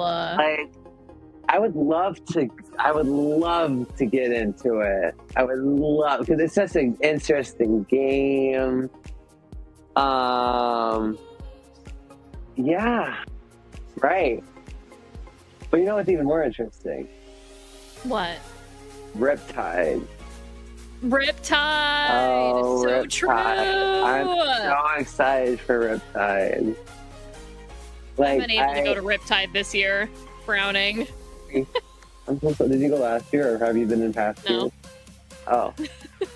Are you? Well, you gotta consider that it's quite a ways away from where I live.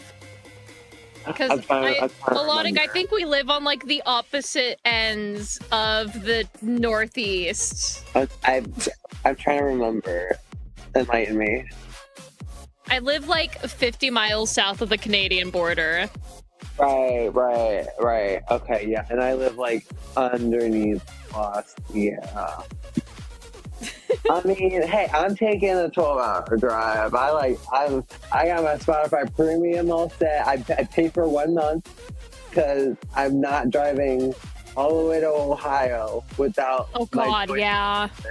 With ads. I got my Spotify Premium for that month all set. I got my room. I'm ready. Got my team finally. So we're going for gold. I'm just so excited. I'm just so excited because I need more pins to put in my Eva bag. Because I tried to fill it up last year, but low-key I got kind of bored. Because I mean, I don't want to say bored. I just want to say I got pretty much everything that I could, and I want more. And I want more.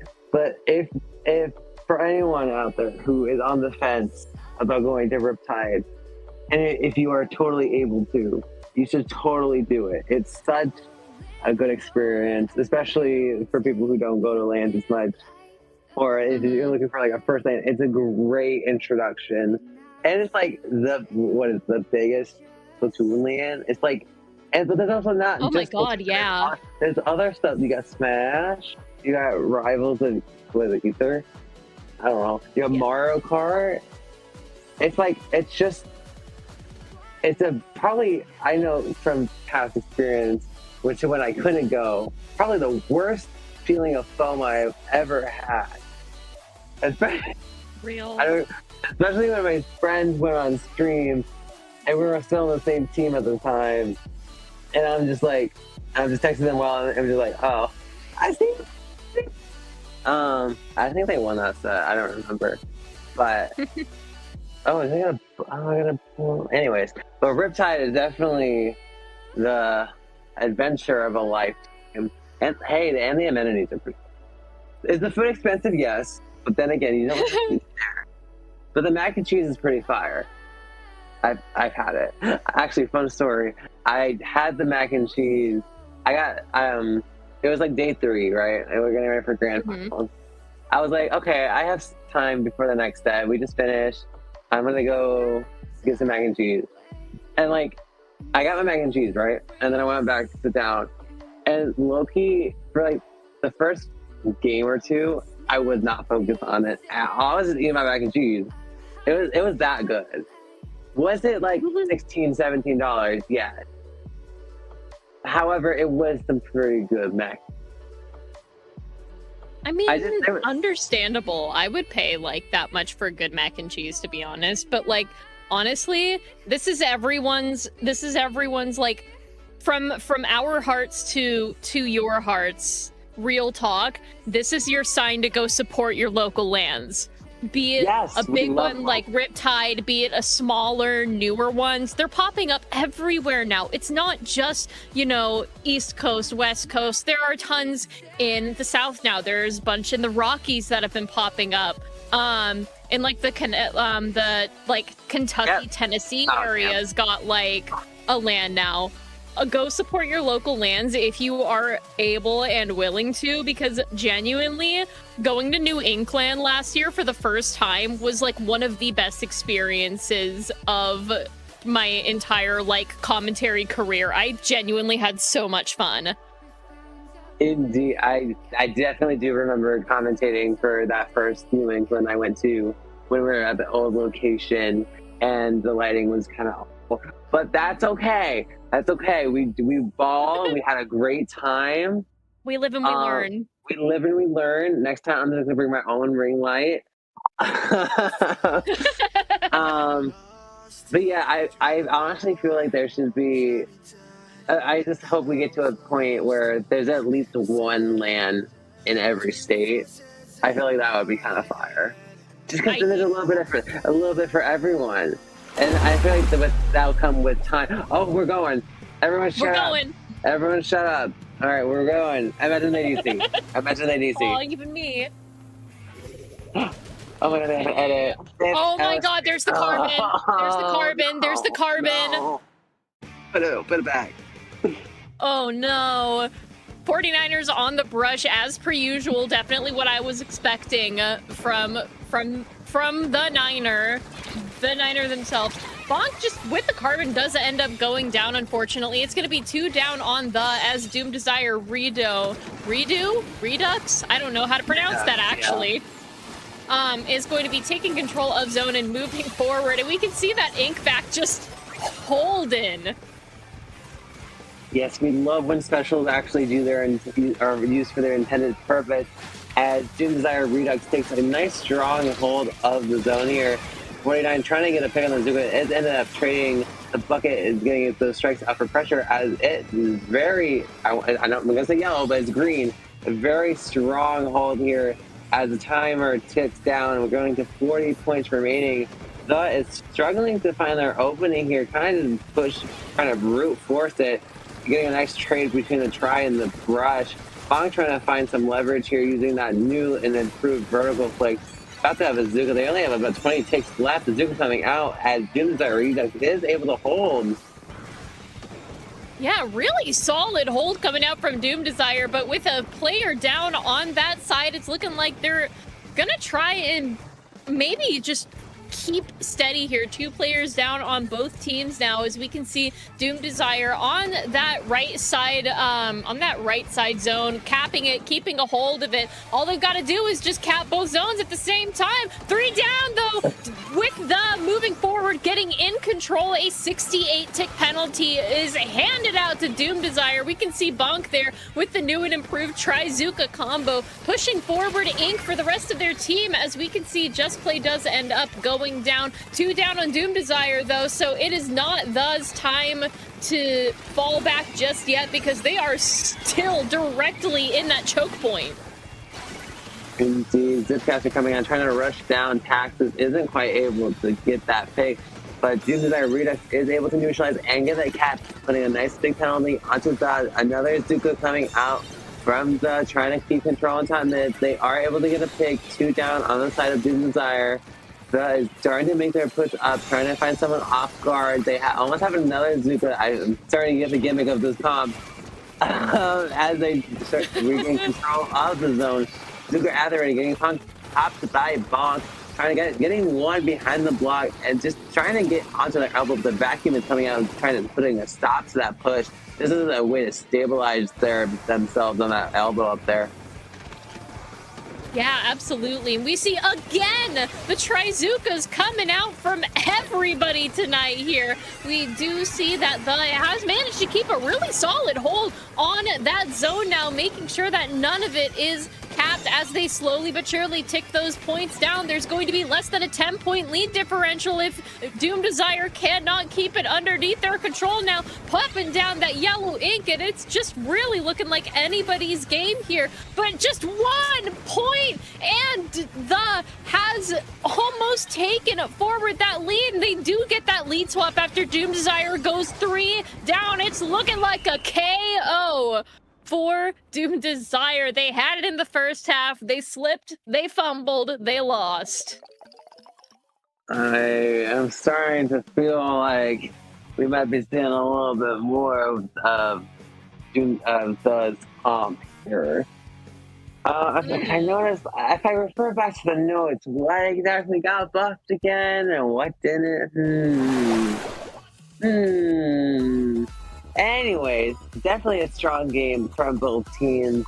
Doom Desire did have a really great opening, but ultimately got shut down in the end with the new and improved weapons all around.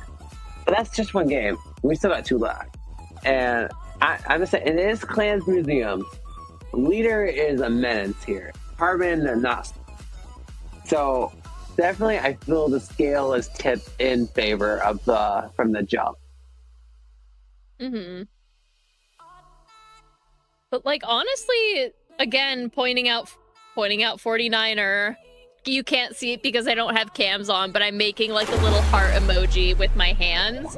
That brush is going to be absolutely pivotal in how some of these plays are going to be working out in the favor of Doom Desire, or even, you know, because like you said, Leader is absolutely diabolical on this map. We're going to be sticking with that double Zuka comp from as Doom Desire is going to be running sort of the same old that they have been. Unfortunately, they do end up going 2 down in the moment now. Just not even 15 seconds since the match started, and we're already seeing deaths left and right, but that is the absolutely volatile nature of Clam Blitz. 49er trying to get some presence here in mid, assorting lots of pressure. Zip casting behind, trying to snipe that leader, but getting starked out by the Tri-Slasher, losing that ball in the enemy's base. Only a minute gone, and it seems the tables have turned just as quickly as the now control of top mid.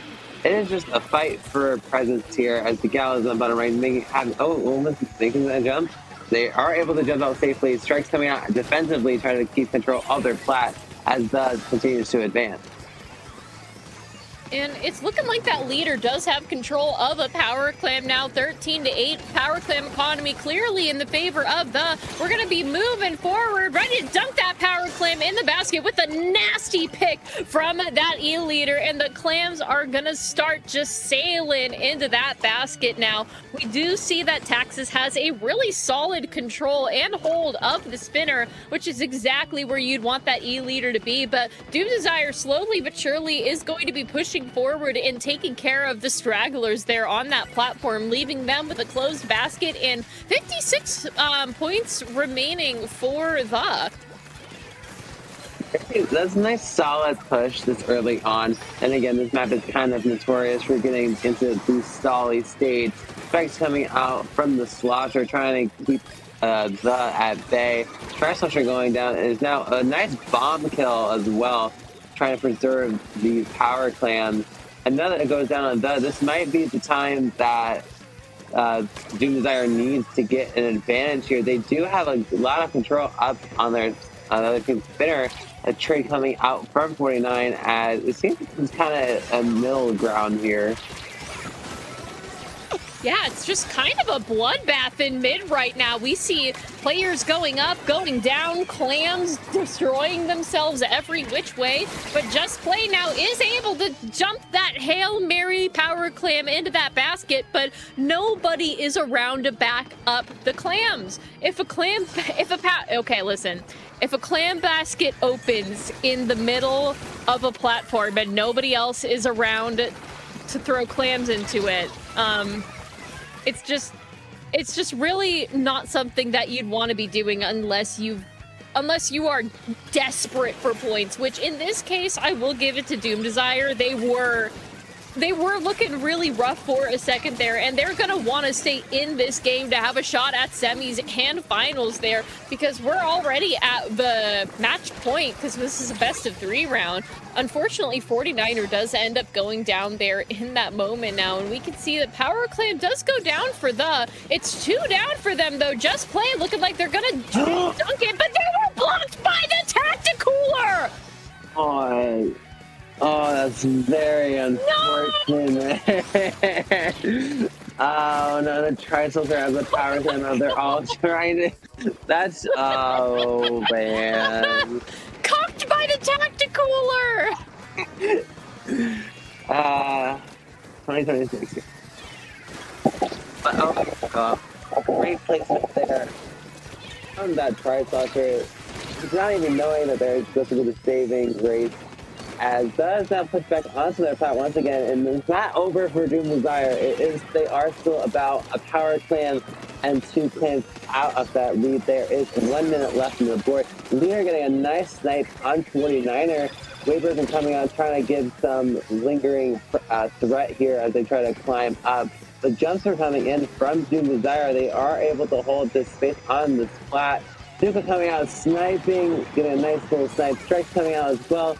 49er is just doing a lot of fancy footwork out here. Zipcast coming out, trying to keep them up for a little bit longer, isn't quite able to.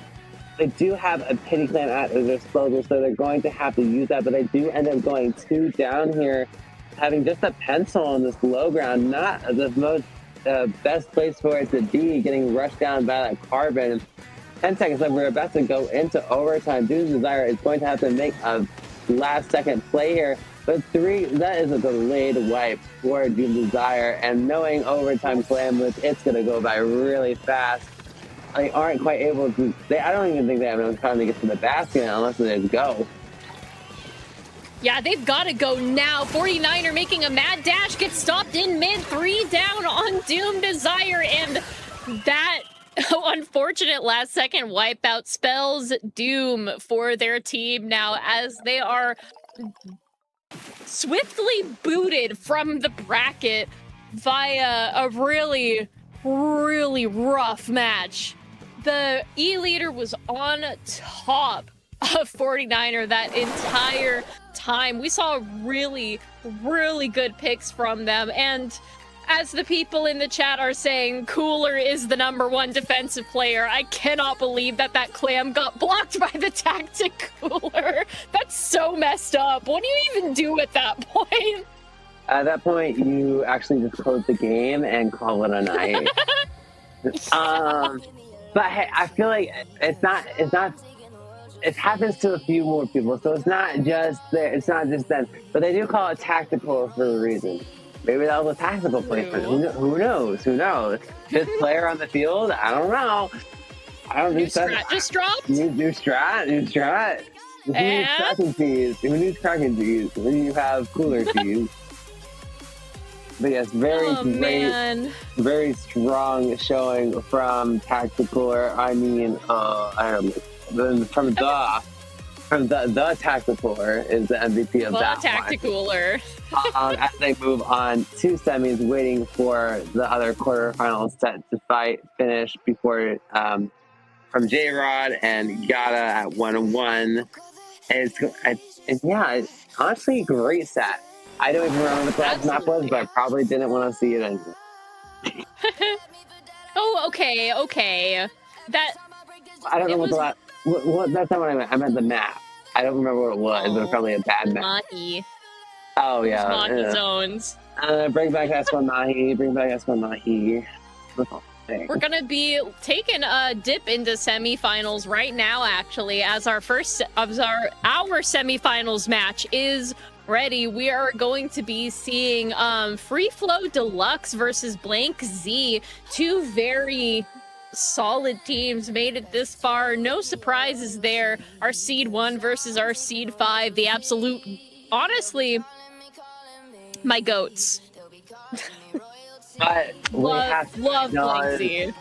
we have to acknowledge what could have been FreeFlow Oh. versus FreeFlow. Hey, in another reality, maybe next week, or Maybe next week. Come back next week and find out. yeah, stay tuned. But yes, And then we end the stream right there. yes, cliffhanger. No one knows. But yeah, I am pretty familiar with BlankZ. I have fallen victim to them a few times. Haven't we all? But hey, I respect the Hydra. I respect a good Hydra, especially in this meta where Hydra kind of just gets deleted by literally everything. We love to see it get represented, and yet they're not playing it. Okay. And maybe next time. Oh, okay. We're getting funky. That's a double 52 on FreeFlow Deluxe, plus that leader and that Trinovo, alongside the absolutely diabolical Luna Neo Benji. So, My God. Please, I don't even know what to say that. It's double 52, really? But we see a very aggressive opening from BlankZ here, able to get both 52s as they are able to respawn, trying to take both sides. A nice little distraction tactic. You don't know who is who, as BlankZ is able to keep control on the zone, going 2 down. Jumps coming in from both sides. Specials coming out, whale being popped. Lots of fire on the field. BlankZ is able to hold on to control amidst the action. As double wall gets set up, the 52s are making their advance. You have to be careful there because they can just delete you out of existence. As we see here, lots of aggression. He's getting 2, and now they're making their move into the enemy spawn, and that is a wipeout for FreeFlow Deluxe. Really solid wipeout too. We see, like you said, that double 52. Don't discount it until you try it. Those walls have been absolutely pivotal in securing space here on Barnacle in Dime. Now we can see her double moving forward, trying to get some sort of, not space per se, but to just stand there and shoot, which is kind of what you want to do in this situation where you have the opposing team locked out of their spawn area here. We see 2 are down on BlankZ. Serena just really trying hard to get any sort of coverage. Does end up having to jump out for safety. We're already down to the single digits now. FreeFlow Deluxe looking to go for a KO. 3 down on BlankZ, which means that a solid wipeout and a KO for FreeFlow Deluxe, giving us a really explosive start to our semifinals match. Indeed, I did enjoy all the fun little action moments we had in there. It's almost like I was watching a little superhero movie. They were just able to move super fast and take all that space, as we said, with the walls, plus the whale for chip, plus the insane damage output of not only just the double 52, but the tri-slasher as well with the fizzy bomb, and then the leader to clean up any kills in the back. But I will admit, BlankZ definitely had the upper hand for a little bit of that match. They were able to keep their ground even against all of the aggression, but in the end, it may have been a little too much for them. But then again, we did enter a best of 5 format now, so they have a little bit more wiggle room and how they want to approach. Yeah, absolutely. I feel like I really love the longer match format when it comes to sets. Best of 5s and Ludi's signature best of 9 just really gives the team a lot of space to play around each other, to learn each other's weaknesses, and to play better against each other in the next match. We're going to be swapping over to every Splatoon 3 competitive player's bread and butter. That is right, tower control on Hagglefish Market. You've probably played it at least once if you have ever played Splatoon 3 in your life. Everybody knows it. Most people love it. I'm personally neutral about it, but that's because I play stuff that likes to be magnets to roll into the water. I've fallen victim to that a few times. Not by my, it was mostly because of Kraken. And we see the Hydra. Yes! Oh, speaking of Kraken. Speaking of Kraken. So let's get cracking right into it. BlankZ, FreeFlow, Deluxe, Hagglefish, TC. It's going to be a flank from on both sides. From that 52 getting called out, going down. Hydra trying to do some chip damage on that left side. Isn't quite able to, but both 52s are down again. And this is a similar start to the first time we've seen it. But we see a double bubble coming out from BlankZ. An interesting choice against a double piercing special like double 52. But then again, it is tower control, and holding on to the checkpoints is lethal. As you see here, the Hydra getting a nice pick on it behind the wall. The Ultra Champ is ready to try to get a nice shark here. Isn't quite able to. Luna going up and getting that Ultra Stamp pill. Isn't trying, it can't get another one and gets it wiped out in the process. I really feel like those bubbles were not well timed during that first push. I definitely think they could have at least saved them until they were actually at checkpoint 1 and in need of that coverage while the tower was stalling. FreeFlow Deluxe now is going to be shooting off 5 million laser beams onto BlankZ in an attempt to get them out of their sights and out of mind, really. Filet Mignon on that E-leader just doing a really solid job of keeping the rest of BlankZ under control. Recene trying to do their best to stay on that tower, but the bomb spam is just too much for them. They do end up making it past checkpoint 3, but a wipeout means that BlankZ is free to go, move forward into mid, and continue the tower madness. You said double bubble. Well, now it's time for toil and trouble here. We see that Hydra is parked and ready to move. Indeed, they did pop that bubble a little, I feel like a little bit early. It's just them pushing tower and ends up getting punished for it. Hammer throw going straight for the leader's space, isn't quite able to connect, but keeping all that pressure underneath the tank, getting called out by the 52. As another bubble goes on tower, getting almost wasted. I feel like they're kind of just popping it when they can, and it isn't getting a favorable response as FreeFlow Deluxe is now trying to move the tower on their own. They do have a Kraken from Filet Mignon, great name by the way, I love one. As they're watching these sides tentatively, as they're starting their own tower push. Will coming out, 52 getting aggressive, Hydra going down again unfortunately. As 2 minutes and a half on the board, the lead is still only a few points between each other. Yeah, it's only a 3-point lead differential, and FreeFlow Deluxe is making that even more as they end up taking the lead. Now, Filet Mignon has to get off of that tower, but the whales from Double here are going to be super helpful. Does end up getting a really solid pick. Now, Rip does get a nasty double here as we are going to be moving forward just in their space with that 52 and with the killer whale on the way, plus Filet Mignon's Kraken. It is really looking like they've got a solid hold on that checkpoint too. The Kraken is able to stall out that checkpoint, trying to do some damage inside the bubble due to its piercing abilities. It isn't quite able to have enough duration. 52 trying to get a nice pick on us. The Hydra isn't quite able to, but Double is able to clean up that fight with the Luna as they're just getting these jumps in and is forcing this lead to go even further. Just a Hydra that, oh my god, they are invading the space. They have so much hold potential. They have the walls, they have Inkling fills. It's going to be a struggle for BlankZ to get out, but the bomb gets one pick. the Zap is able to get on tower, and they are able to save it, but not before getting that checkpoint broken. And as a wipeout in favor of BlankZ, they are able to get out of that chokehold. Now, I want to see them wait to use the bubble on the tower until it is prime bubble time here, because I feel like the really early bubbles has been a complete detriment to them at this point. Now, Recene just really doing a solid job here of cleaning up after the rest of their team, just being that really aggressive, like, frontline support that Trickonometry really wants to be. We see that bubble being popped on the left side of tower. Filet Mignon unable to do much but just shoot blankly at that left side where Benji probably just got the absolute pants scared out of him with that E-leader shot.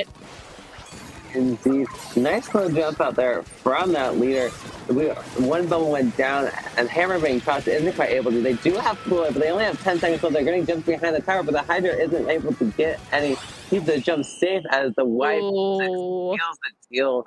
FreeFlow Deluxe getting a very strong game over BlankZ, taking the set to 2-0 and match point. 2-0 and match point. Like, absolutely insane work from both teams, to be honest. But like, you can definitely tell that FreeFlow Deluxe had the advantage and held it the entire time. They were really able to capitalize on BlankZ's staggers and turn them into wipeouts here. Like, just over and over again, consistently pushing that tower to single digits was really what won them that game. Oh, I do agree, but now it's okay. I will say this next map is pretty good for Wall. I will say. We've seen it before. We've seen it pretty recently. Clan Blitz Umami are going back to the ruins, go dig up some new dirt on people. It's gonna be because like they're just the sides are so narrow. It's like one wall takes up the whole lane, and if you don't get rid of that wall, you're gonna be losing off, or at least you put a disadvantage. But I just want to see, because we've seen that first adaptation from BlankZ. They went from their first comp with the edit and the cooler to something more defensive with the double bubble, knowing that the other team would run the whale. So I'm just wondering, will they keep the bubble, or will they make another adaptation to try to counteract those 52s? I feel like the 52s are what's giving them the most trouble. Yeah, I'm not really sure if I like the concept of double bubble, and they definitely didn't like that concept either, swapping out a couple of weapons here on both of these sides. We see Nars going to be bringing out the Splat Dualies. We see Filet Mignon switch from the E-leader to the, is that Scope? Yeah. I can't tell if that's Scope or not. I have really awful eyesight, but the VAC will be popped. Trust that it will be popped and dealt with. To go down on BlankZ now as FreeFlow Deluxe. Looks like they've got a majority of the clam economy under their belt now. Filet Mignon, I correctly noticed that they were bringing the scope. Hell yeah. I'm actually not horrible. But yes, definitely a more fast-paced environment with the slider scope, but also the vacuum could be crucial here if they want to get a strong push. But the bubble being topped and pot mid, oh my god. Vacuum being used here to try to get pushed into that middle area isn't quite able to. It's only a little bit filled, as it's kind of just almost a fight for territory at this point. No one has enough to really get a push going for numbers. Both teams being 3-3, now going 3-2 for BlankZ. It seems like they might be making the first advance. The Crab coming out with not much to counter it besides the vacuum per chance, as the first score goes to BlankZ.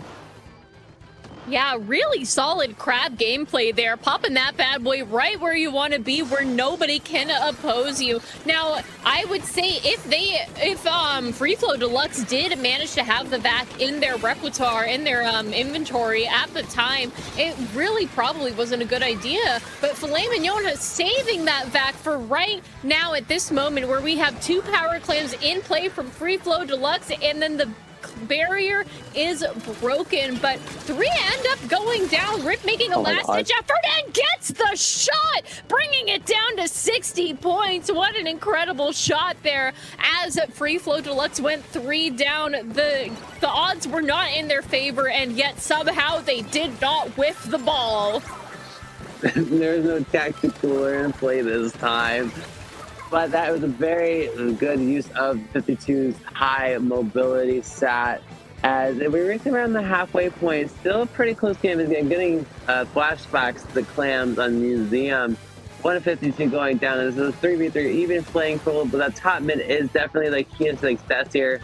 And it seems like FreeFlow has that advantage. 52 finally the junior ends up winning, but the bubble is unfortunately wasted. The tag team between the Try and the 52 is seeming to be lethal before getting shut down by that blaster. As previously mentioned, triple splash on coming out. It is kind of just a fight for mid here. They got lots of blood. The 3 go down for FreeFlow, and that's a wipe out for BlankZ. And they now have the opportunity to get a big lead here. Building that clam right underneath that basket as that Pity jumps in and takes the lead now 50 to 60. We've got a 10-point lead differential, but it's looking like a delayed wipe is going to cause BlankZ to be unable to complete that push. Now FreeFlow Deluxe has most of the paint control in mid. While they barely have any clams to their name, they also have a Pity to work around, and with clams being filtered all the way up to Filet Mignon, who is surely painting for that ink vac, we see the double whale coming out, and it is just absolutely a madhouse underneath that basket. Here comes the ink vac, but there's not a power clam in play to help back up or score any points at this point here. And it's not too big of a deal because the lead differential is so big, but that clock is not stopping. We're ticking down to less than a minute remaining, and that opportunity just felt kind of wasted. Yeah, I felt like they had all that space and time to have that ball together, but they weren't able to. They weren't able to get BlankZ into a stagger. Then again, BlankZ only has a minute left. They don't have to really do much here. All they have to do is not die. The crowd coming out trying to contest this hot mid area is able to get some chip damage on a power clam carrier before getting shot out by the wall. They did have another bubble, but the blaster ended up going down, and whales coming out from each side. But both ball carriers go down. But the vacuum is able to provide that protection to give FreeFlow Deluxe that lead switch. Really good last minute lead switch too. 50 to 40 now, 15 seconds left on the clock, 1 down on either side. Mid is completely free of any players. It is a free-for-all at this point. BlankZ has the chance to get it back under their control, but they drop that power clam. 2 down, 3 down now on BlankZ. They're getting a little overconfident. FreeFlow Deluxe has them pinned down and pushed back into their spawn. Now we've got to make a Hail Mary play in order to have BlankZ get a single point on this set. We see that triple splashdown go out, but that power clam's looking not too good. And with that, FreeFlow Deluxe sweeps the set and moves on to finals. It was I feel like very back and forth as we saw point wise. Only a 10-point difference. That was the game both teams were like, okay, we have to lock in. And neither of them just wanted to let their guard down. But in the end, FreeFlow Deluxe was the deluxe version of the two teams. I don't know if that makes sense. I tried. I don't get it either. That was the push that they wanted to do the first time with the vacuum, but failed. But now, I mean, second time's the charm, right? Yeah. They were able to rebound and finish off that set with a clean 3-0, waiting for the other side of the bracket to finish up here. Ooh, you okay? Yeah, I'm fine. You're over here like withering away. Yeah, just a little bit. It's because BlankZ lost. Rest in peace, Edit. Ooh. I miss that Edit. Sorry, we're updating the bracket in real time, and Yatta just won one of the games against the, so they're still in the running there. They're going to be going into their game 4. Maybe we might see a little bit of a not an upset, because Yatta is predicted to go to the finals, but it's an upset in my heart because they're a lower seed. You know? Yeah. But definitely keeping us on our toes here, making us have to wait around a little bit longer. But it's just suspense. It's building suspense. We have one in this corner, FreeFlow Deluxe, who took a nice 3-0. But hey, it's still anybody's game at that point. They're still fighting for a chance at podium. Maybe they might get cold. They might get cold while they wait, and maybe someone, either Yada or the, can catch them off guard. We may never know. Who knows? Maybe there's going to be another patch note that doesn't do anything besides hurt the game. Who knows? You know what? I'm actually really excited to see how this game is going to be playing out. I'm not only am I looking at the Twitch, but the Twitch through my Discord, and I also have Twitch open on my phone, so that way I can farm channel points because I am so smart. But I know. I've also got the Sendo open, and I'm looking at the match right now. It's tower control on Undertow. Lovely. What lovely weather we're having above the ground, and not perhaps in a spillway of some kind. Yeah. Ugh. Yeah. I really hate Undertow spillway, to be honest. Hot take, but it's not a hot take. That's a pretty common Not a hot take? Yeah, no, that's okay. common. Like lukewarm at best, you think? I feel like I would rather play under Rainmaker. True. TBH. But then again... Okay, I've got my gripes about, like, Tower Undertow specifically. I feel like Nintendo could do the entire competitive scene a favor and just get rid of the first checkpoint. It doesn't need to be there. I feel like... Or just move it. Like, I wish they used more of the top right area, or maybe even top left. I just wish they would redo the whole thing. Just get rid of it all and bring it back. It's just like the world would be a better place if we didn't have Undertow Spillway. Honestly, yeah. It would make no difference in the competitive scene, because all I've ever seen for, well, okay, Undertow Rainmaker is fine, I guess, but like Rainmaker and like sometimes Tower Control is all I see on Undertow, to be honest, because it's the only 2 modes that exist on that map. Don't talk about Clamplets. Can I have my own hot take? What's your hot take? Rework Undertow is better. Oh yeah, no, you're right. I believe so. I think it was more. You have to use your brain a little bit more. Now Undertow is like, okay, you play the same way each time. You know. Yeah, like, there's less risk involved in playing Undertow now. Yeah, it's like there's no. Where's the challenge? Where's like, oh, you actually have to run. You gotta run, but now you can swim. Now you can just like go around all the. And even I mean I don't know. Maybe I just don't like this game. Maybe I'm just gonna go play. I don't know, Peak or something. I don't know. I haven't seen any of the updates, the last updates, Peaks and the spoilers. No, I haven't either. Check out the bracket. Finished up. I see. They were mad about losing that one game, and they were able to take it back.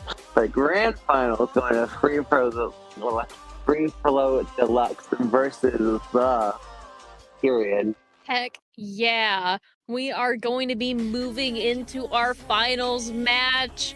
Our last set of the night. 2 really solid teams coming at you. FreeFlow Deluxe, like you said, versus the period. We're gonna be going on to Splat zones, of course, but Mako Mart zones, in fact. What are we buying? What are we shopping for? Cereal. I am parking on freezer. I am looking for an Ethernet cable. Girl, you need to get an Ethernet cable. Okay, but before my internet was fine. Like, I always hosted the rooms and lobbies. I always was able to do this and that. Like, everything else works fine. I just cannot connect to anything. Like, my Switch connects fine still. It's just my computer. And I'm just like, that's computer, insane. What the heck? What's the quickest way to get the Joker to the fan zone? Like, do you hear me? It's just like, at this point, because I did not spend $1,500 for a computer to not work within 6 months. Anyways, I'm sure Mako Mart could help me out there. I'm sure they have something for my needs. Damn, I thought I was Wahoo. That Mako Mart's got like an electronics zone. It kind of reminds me of a big Target. But like inflation these days, even between games, it's like, is it even worth it? Do I even want to know the price? But then again, it still shows versatility. You know, Mako Mart could be played in a variety of ways. There's a variety of different things to look at and buy, especially in the background. But then again, it's also like, if you don't know how you're playing Mako Mart, you're gonna fail. But I think both these teams will struggle with that issue. It's where their struggle is being able to fight each other's game plan, if that makes sense. I don't know. Yeah. I came off of a 12-hour shift before this, so I'm just kind of like, God. Yeah. I was at the Mart. You were at the Mart. You got lost in the sauce at Mako Mart. That should be put on a t-shirt. I got lost in the sauce at Mako Mart, and all I got was this stupid t-shirt. I survived Mako Mart as like a little sad jelly guy. But no, I feel like Mako Mart to me is like Inkblot Jr. The stack game is still decently important, but you have a little bit more wiggle room with the side corridors and like the general like freezer area behind the stacks. It's like you don't have to play stacks to win, but it's more important to play stacks on Mako Mart in splat zones specifically, because it's just it's the elevation. It's the elevation. The zone is in the valley. It's just like, you don't have to. I'm not like gonna I'm not forced. I Carnival last name am not forcing you, the player of Splatoon 3, to play stacks on Mako Mart on splat zones. It's just probably the best way to play it. But like, it's also kind of like, what was that? Like the right way, I feel, because you get to see everything as a backline. Backline flex. It's like you get to see everything and determine where your services are needed most. Unless there's a sploosh that just likes to run behind and like just ultra stamp the hell out of everyone. You know what I mean? Mm-hmm. It's just like it's very open and up for grabs. That's what Mako is, I feel. Yeah, and it's like, I feel like it benefits a lot of the sharking weapons. There's a lot of Carbon. obstacles. There's a lot of, Carbon was my first thought. It's, if you're playing Carbon on Mako Mart, you're playing Mako Mart on easy zone, like easy mode. I'm sorry. It's just, I feel like Carbon was just meant for Mako Mart. Okay, but do you think Carbon is meant for more Mako Mart, or is it made for more Humpback? Ooh. Honestly, I'm gonna have to go with Humpback. Agreed. Where's the Humpback? Let's get some Humpback love. Where's the Humpback love? It doesn't exist. I love Humpback. The guy who plays weapons that are not good at Humpback. Yeah, it's no same. Well, VPN. But anyways, Mako Mart. We're going shopping. We're gonna see the good games. I hope they're on sale. We love a good sale. Shop till you drop. If I drop, I mean don't drop on them right when there's a carbon there. Or else you won't be having a good time. But yeah, it's Shop a till you good drop, map. but drop responsibly. You know, it's gonna be weird to have, because I know probably S4, it's not gonna come back. It's gonna be weird to have a Splatoon, like a mainstream Splatoon game that doesn't have Mako Mart. I feel like it's just the staple for comp at this time. But like, why wouldn't it come back? I feel like everybody loves Mako Mart. But that's because the community loves something doesn't mean that they're gonna do it. Yeah. Let's just look at these patch notes. The patch notes! Oh god. Notes. Yeah, we love this meta, and we just made it. Oh, speaking of, hello. Look at that! Look at that! Absolutely Dude. diabolical carbon buff. Why did we Hey. need to do that? Hey, Gluga buff for the Gluga one buff, Gluga, true. the one Gluga buff, the one Gluga buff. Oh my god, I'm just gonna stop talking. The one Gluga player, Yeah, Tri-Slosher got a buff. as if it needed it. As if it needed it. As if it needed it. Kind of insane that Stringer got nerfed. Bro, what did they do? What did they do to Nintendo? They were neglected at launch. They were neglected until like 3 patches in, and they're just like they're the middle child. They're the middle child. You're That's what they right. are. No, you're right. Tri-Stringer is like the neglected middle child of the competitive weapons. Because Yeah. like, I feel like I know a lot of really good Stringer players. Cough, cough, wings. Cough, cough. But like, it's just like I never see Tri-Stringer being played like ever. Just go to LAN.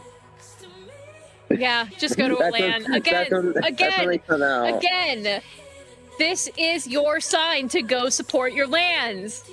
Especially if you love bow players, they always collect at LAN because their weapon actually For works. some reason. No, there's a reason. The reason is that their weapon actually works. As I would know. Oh, man. But yes, thank you, That Dad. Inkback got nerfed. As if, I mean, we did see a little bit of that nerf come into play here. We saw the vac get filled a little bit sooner. I did see that. I saw it like once. It was umami. I saw it. I saw it happen. It's real. But like triple splash round, like why are they gonna do it like that, man? Why they gotta do my boy dirty like that? Like it was fun. Like I appreciate the iframes.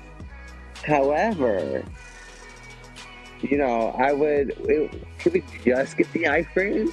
Maybe not make the special worse in every other way besides that?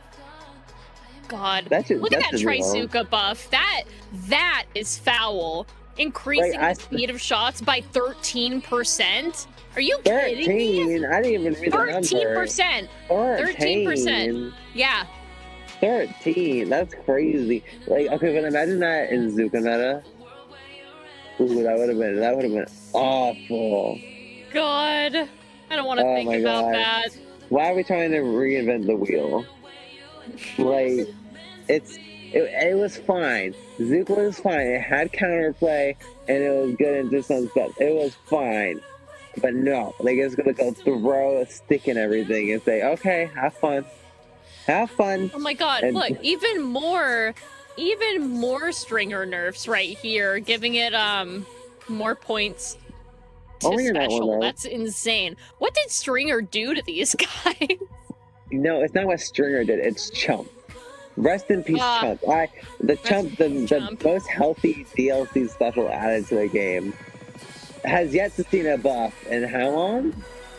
Definitely a few patches at this point. Yeah. Like, I wish Chump was a better special than it was.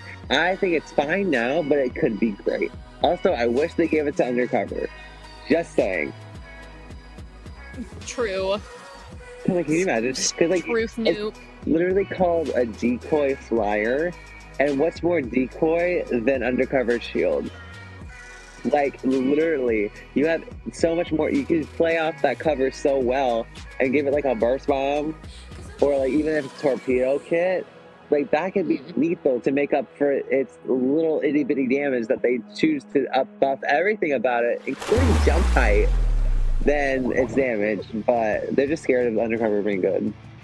True, they are just scared of undercover being good. We're going to be rolling back that double 52, and something. That's not a leader. Something is happening here. That's not a leader.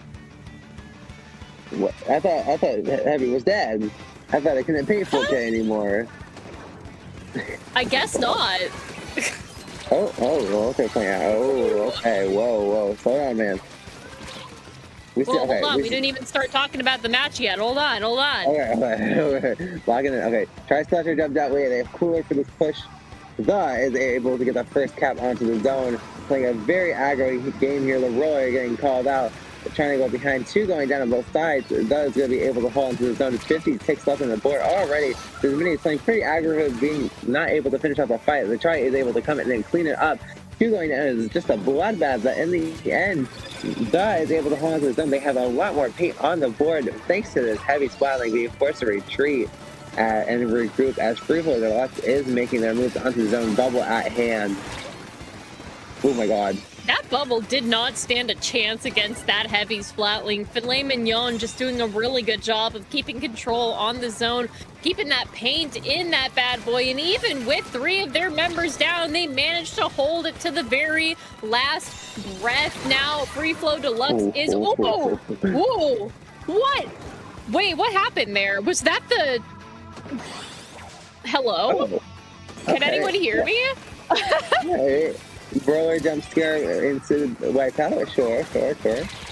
But we see the Tri-Splasher going aggro in the bottom right, getting picked off by that gal before the leader is able to clean it up. That Roller did a nice little picker. Zuka coming out, getting a nice little arc shot onto that Tri-Splasher, meaning no cooler for FreeFlow Deluxe as timer is ticking down.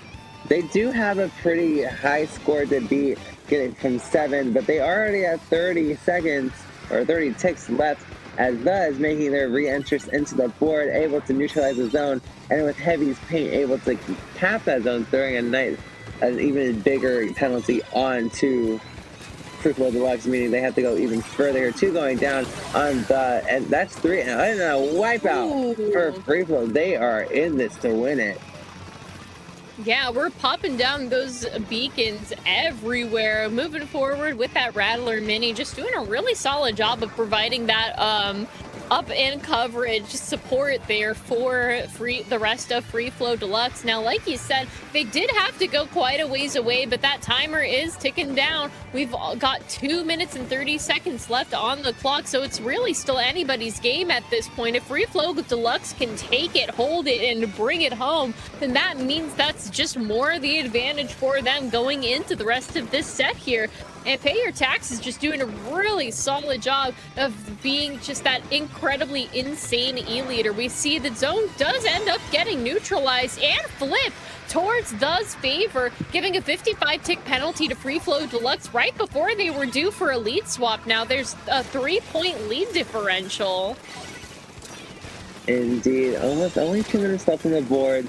FreeFlow Deluxe is able to get control of the zone. Roller playing on this aggro, on the stack, as we previously mentioned, is where they want to be before falling off and getting shot out by that heavy splatling, which is an insane amount of paint here. Tri-Splasher taking the high ground as well, trying to get some fall-off chip damage. The leader trying to call out that 52, but ended up hitting the wall instead. Their penalty points are about to expire. They are about to get this lead swap. They only have like 15 seconds at most before something goes down. The roller goes down, and it's 3v3. They are just paying for their life. They are able to get a lead swap, but I don't know if they'll be able to hold it. Tri-Splasher getting aggressive here. It is just a paint on the floor, but they don't have the numbers to maintain it, and that is able to get the control back, but not after losing that lead. They do have a lot of ticks remaining until they are able to get that lead back under their control. But with the way they've been playing for this last couple of minutes of the match, it's looking like it might be pretty easy for them. And as I say that, the commentator's curse strikes me yet again. The does end up wiping out to FreeFlow Deluxe. FreeFlow Deluxe is going to be taking control of that zone, moving forward towards that freezer, towards that ledge, trying to make sure that the rest of the members of that glorious team in the yellow paint cannot come down and ruin their plans here. 20 seconds left on the clock. We're keeping that paint on the zone, keeping the rest of the members of the back. We see that bubble being popped. Bonks looking like they see double popping up on that, but it is too little too late. Not enough paint on the ground there, unfortunately. And that means that we are seeing a KO from FreeFlow Deluxe. So they aren't as cold as I could have. That many people thought. They were able. That was pretty. Oh wait, go touch and go. Hold on. Yeah, hold on. I'm holding. I think the colors were swapped. No, wait. So, wait. No, I think we're right. Love, that was love. yellow. Was not yellow? No, I think the actually won that one. We've been having it wrong the entire time. Oh. Embarrassing. I I was just getting too into it. Yeah, I was looking vibing. Yeah, I thought. Wait, the had bonk on it, and bonk won. Right? Yeah. Okay, so rewind there. Rewind. So if we're not, unless we're both wrong. But congratulations to the team that won that match, whoever you may be.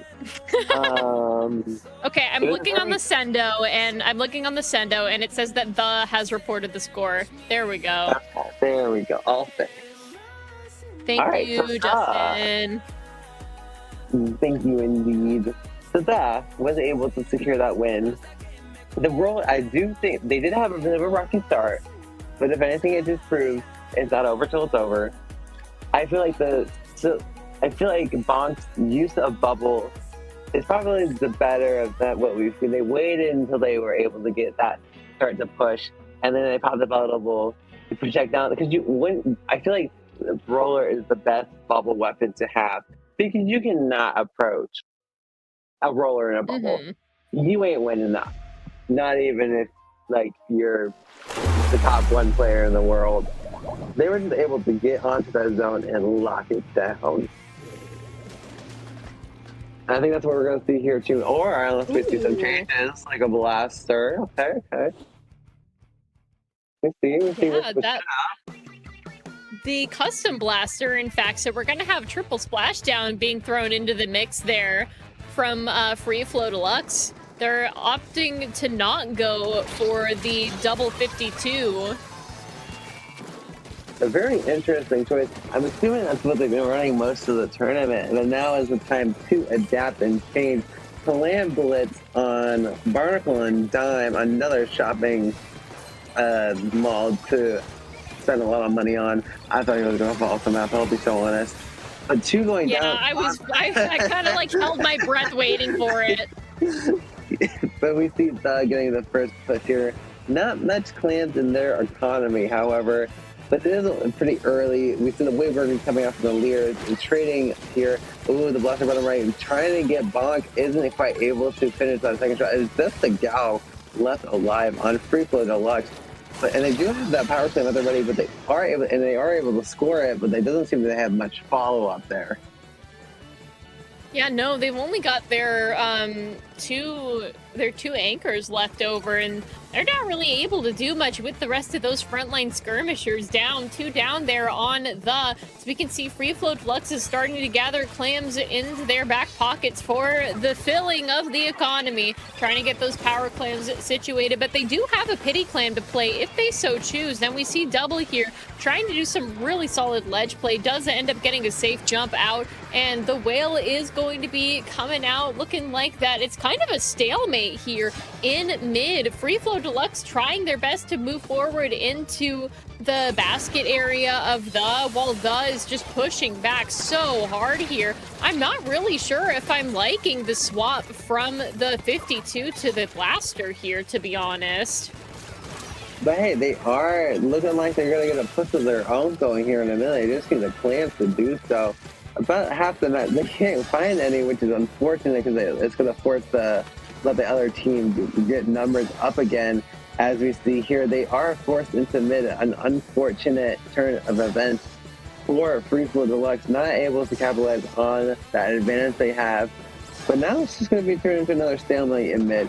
Everyone's up right now. They're just farming specials. Cooler comes out from the 50 bombs coming out from the other Tri-Cluster. And now there's two power plants in play. Roller getting behind, getting one. Isn't quite able to get another. Two going down. Huh? Did the power plant land on top of the tactical again? Oh my god, not again. No, we can't. We're not supposed to go back and get the flame. The tactical player strikes again. Oh man.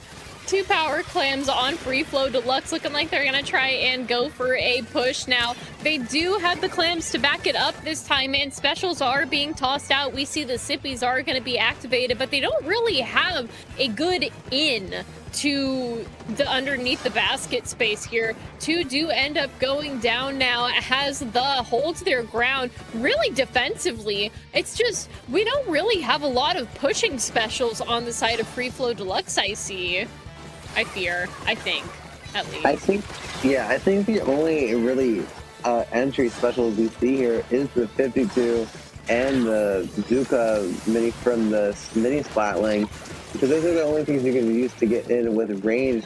But it seems like they're just trying to play for safety. They have the time. The lead isn't too far unobtainable. So they're just trying to play their cards closer to their chest, but they might end up getting punished for it. First, after going down pretty early, a roller getting it behind, making a nice safe retreat. A minute left on the board, and there still has only been one score.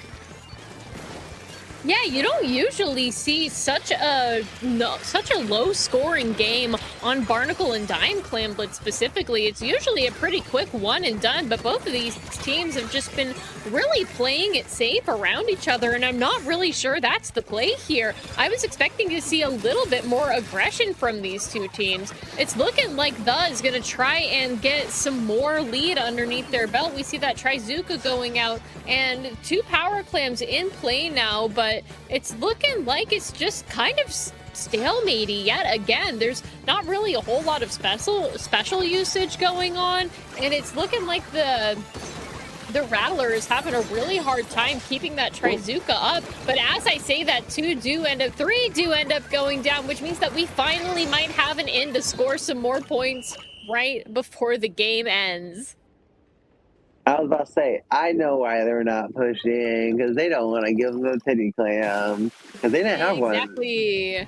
They were like, okay, we'll just wait. They only have 30 seconds, and I feel like that's just what this comp was good at doing. It's just stalling out that clock. As we've seen in both games at this time, they were just able to get into that space and just not get up. They just didn't have to do anything. They just have to fight off the other team. And they had height, they had the advantage, while FreeFlow Deluxe's comp was trying to do the same thing as them. They didn't have any aggro specials, so it was really difficult for them trying to make a move. They had to rely on long-range picks. But that is game 2 of 5. And this is best of 5, so this is match point for The only needs one game to round it out, and it is Tower Control Inkblot. Now, what do we know about Tower Control and Bubbler? Bubble good. Bubble good, indeed. So, honestly, we'll probably see the same comp from Top. We've seen the Blaster come out from FreeFlow Deluxe. Will they keep that? Or will they swap it back to what they have been? Or will they pull out something we haven't seen at all? It's really... Okay, honestly... Speak. I feel like Double 52 could be really good for this. I mean, we all know the strat of whale on the tower, but having 2 of them when your opponent like potentially could have a bubble, I feel like. And especially because Inkblot Art Academy not only has a lot of verticality, but it's also got a lot of obstacles. And what do we know that shoots through obstacles in a decently accurate manner? Leader. I mean, who Leader. said that? Who said that? I mean, God, I know the we're answer is haunted. 52. That's whale. Sorry, it's whale. It's whale. It's whale. It's whale. It's whale. But I do agree. But they did try that the first time on Mako, and it didn't go too great. So my question is, will they try to revisit that, or will they? Because like, if it didn't work the first time, do they think it's gonna work again? But then again, they could Well, just. we'll see. I mean, probably a blaster. Let's see it. Oh, okay. My God, Uh, that's a triple Galcom. Okay, this is 2026, everybody. 2026. Okay. What in the world is that? 252 gals, 196 gal, and a custom E-leader walk into an art academy. What happens next will shock you. We've lost the plot. Subscribe now, or there will be a spider under your pillow. But yeah, about to get. Oh, whoa. Oh. Oh, Well. oh, Well, bye. I guess they couldn't handle it. They couldn't They handle couldn't it. handle the uber instincts of the uber triple galtism. But like, I don't know. that hot. The thing was, the 96 was the one that they beat. Oh, it's like- well, maybe they were too cool. Self-sabotage, perhaps. Self-sabotage. Maybe they were like, okay, maybe they like, oh, now that I'm seeing it, it's like, ooh, what if it's like too much point numbers? But then Too again, much gal. that's like super high combo numbers minus the leader. Like literally, if you get breathed on by any of them, you're dead. Like literally, I low-key hate that comp. I low-key am like, Yeah. really? Like, where's the flavor? But then again, if it works, it works. I just need to see it. I need to see it happen. And I mean, 200 gal. Thank you, Justin. that's funny. That's funny. But like, I want to know the thought process, because right now I'm in bed. I'm laying on my pillow. I'm ready to hit the snooze. I'm just like, I want to know. But then again, it could work. That's the funny part. Because it is vacuum. That's true. But vacuum and Kraken. I understand the Kraken a little bit. I feel like the Kraken could be used against the bubbler. Then again, I don't remember the other team's comp. I'll be honest, I forgot. But the Kraken could be used against bubble and vacuum of the other team, while having a vacuum of their own to stop anyone's pushes. But then again, their only entry is whale, and they have no lethal bomb, only utility.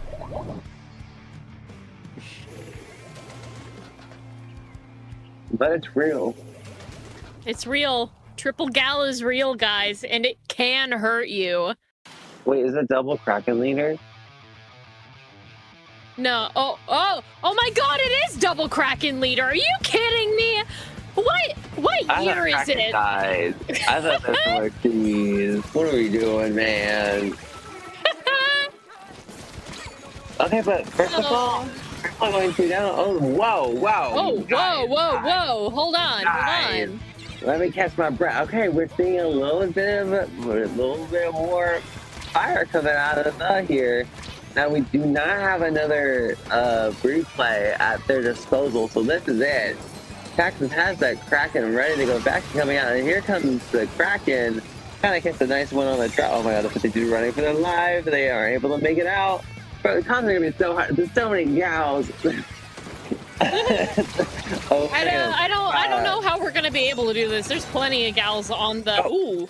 That was a really solid shot from Taxis there. Yes, it A nice was. E-leader going behind that wall, just trying to get some heals going up. We see the tower just slowly but surely inching forward into enemy territory. That bubble being popped right in that good spot. As we move into bats, Bonk is going to want to be up in their business. That double bobble past checkpoint 2 means that they have a little bit more wiggle room. Pushing forward does looking like it's gonna be 2 down on either side, though.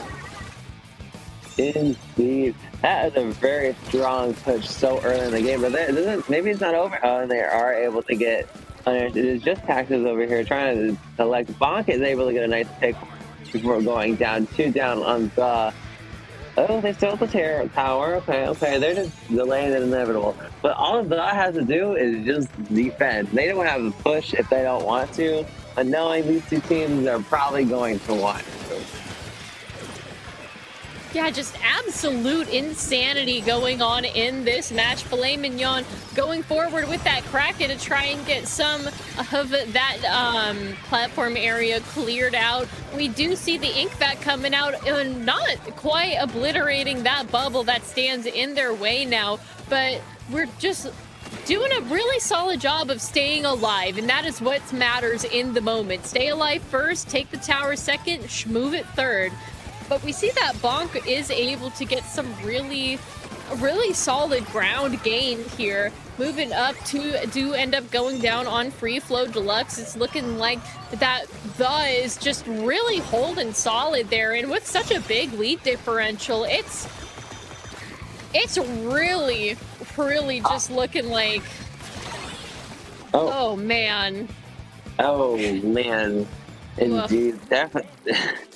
Okay, but we're seeing what defense and stuff we can do when they use an aggression. Priceless are getting a trade before getting a cooler out. Pretty unfortunate for but once again, they already have the lead. 2 going down on both sides.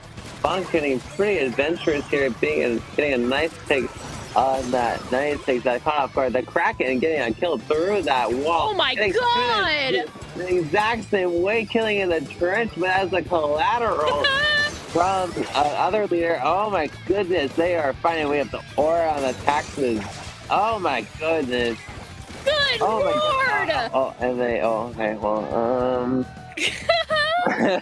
The Taxes were unstoppable. The way they just corralled the members of FreeFlow Deluxe into the trench and like killed them off one by one. Absolutely horrifying. Taxes, don't come near me with that E-leader. If I see you in opens, I'm leaving. Less than a minute left on the clock now. We see Sippies are going to be coming out. We do see a really solid trade. Bonk over here on the ledge trying to get some sort of damage on Double. Double does end up almost dying there in that moment. Now, we do see them end up falling eventually. Rano there trying to get any sort of purchase on the tower, but the tower is lost to time. 30 seconds left on the clock. We see Filet Mignon and Taxes having a Kraken fight here as one and the other just try and get that tower just tapped and under their control, because less than 30 seconds, 1871, that lead differential tells the entire story here. As we can see the just playing it easy, to be honest. They don't gotta rush. They just gotta make sure that they keep the tower as far away from that third checkpoint as humanly possible, and they're golden. Indeed, 2 going down, and it looks like that is going to be the game set and match in a dominant fashion, especially that last game, to your SOS insert number here champion. That was a very interesting show, I will say. It was pretty funny. Again, what the hell was that comp? The 2.00 gal. Yeah, I mean, they gave it a go. I will commend them. It was very, very silly, Willy. Oh my god, and yeah, especially third place. Wow, that was a close one. Dang! Yada pulling it out. We should have been watching the third place match instead. Went to game 5. Are you kidding me? No shade. But no shade to our winners. Anyway. No shame. We love our winners. Love our winners. It was definitely an amazing show. Great job to both teams. You guys should be very, very proud of bringing us quality content to those watching from wherever they are. I do think that, especially that last match, the fatigue was showing a little bit. That's okay. It's almost midnight for us, Melodic. Oh, right, right. And I had to be up bright and early tomorrow. Yay!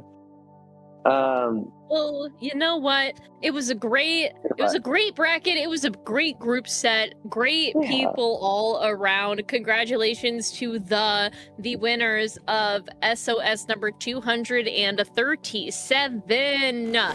But for now, we are going to be waving our goodbyes here. My name has been Carney. You guys can find me at carnivai.bsky.social. Find me at ethereal_carnival on Twitch. And also, again, shout out to my local. If you guys are going to New Inkland in October, you guys will be hearing my lovely, lovely voice yammering on the mic once again. Melodic, where can we find you? You can find me at MiloQ. That's MILOKY with 2 U's. Literally everywhere because no one has taken my username, so I got pretty lucky. But yeah, also you can catch me at Riptide coming up pretty soon next month. Make sure to stop me and say hi if you want to. If not, that's totally fine. But yeah, I'm pretty much everywhere, so it's hard to miss me. But thank you all so much for watching. I hope everyone had a really great time. Shout out to Justin, our streamer. And thank you for thank you. Hi, Justin. You exist. We appreciate you. Mwah, mwah, mwah. We love you, Justin. We love you. You're great tonight. Very good showmanship and showing us the shit of games. But that's going to be it for us tonight. And we will catch ya on the flip side.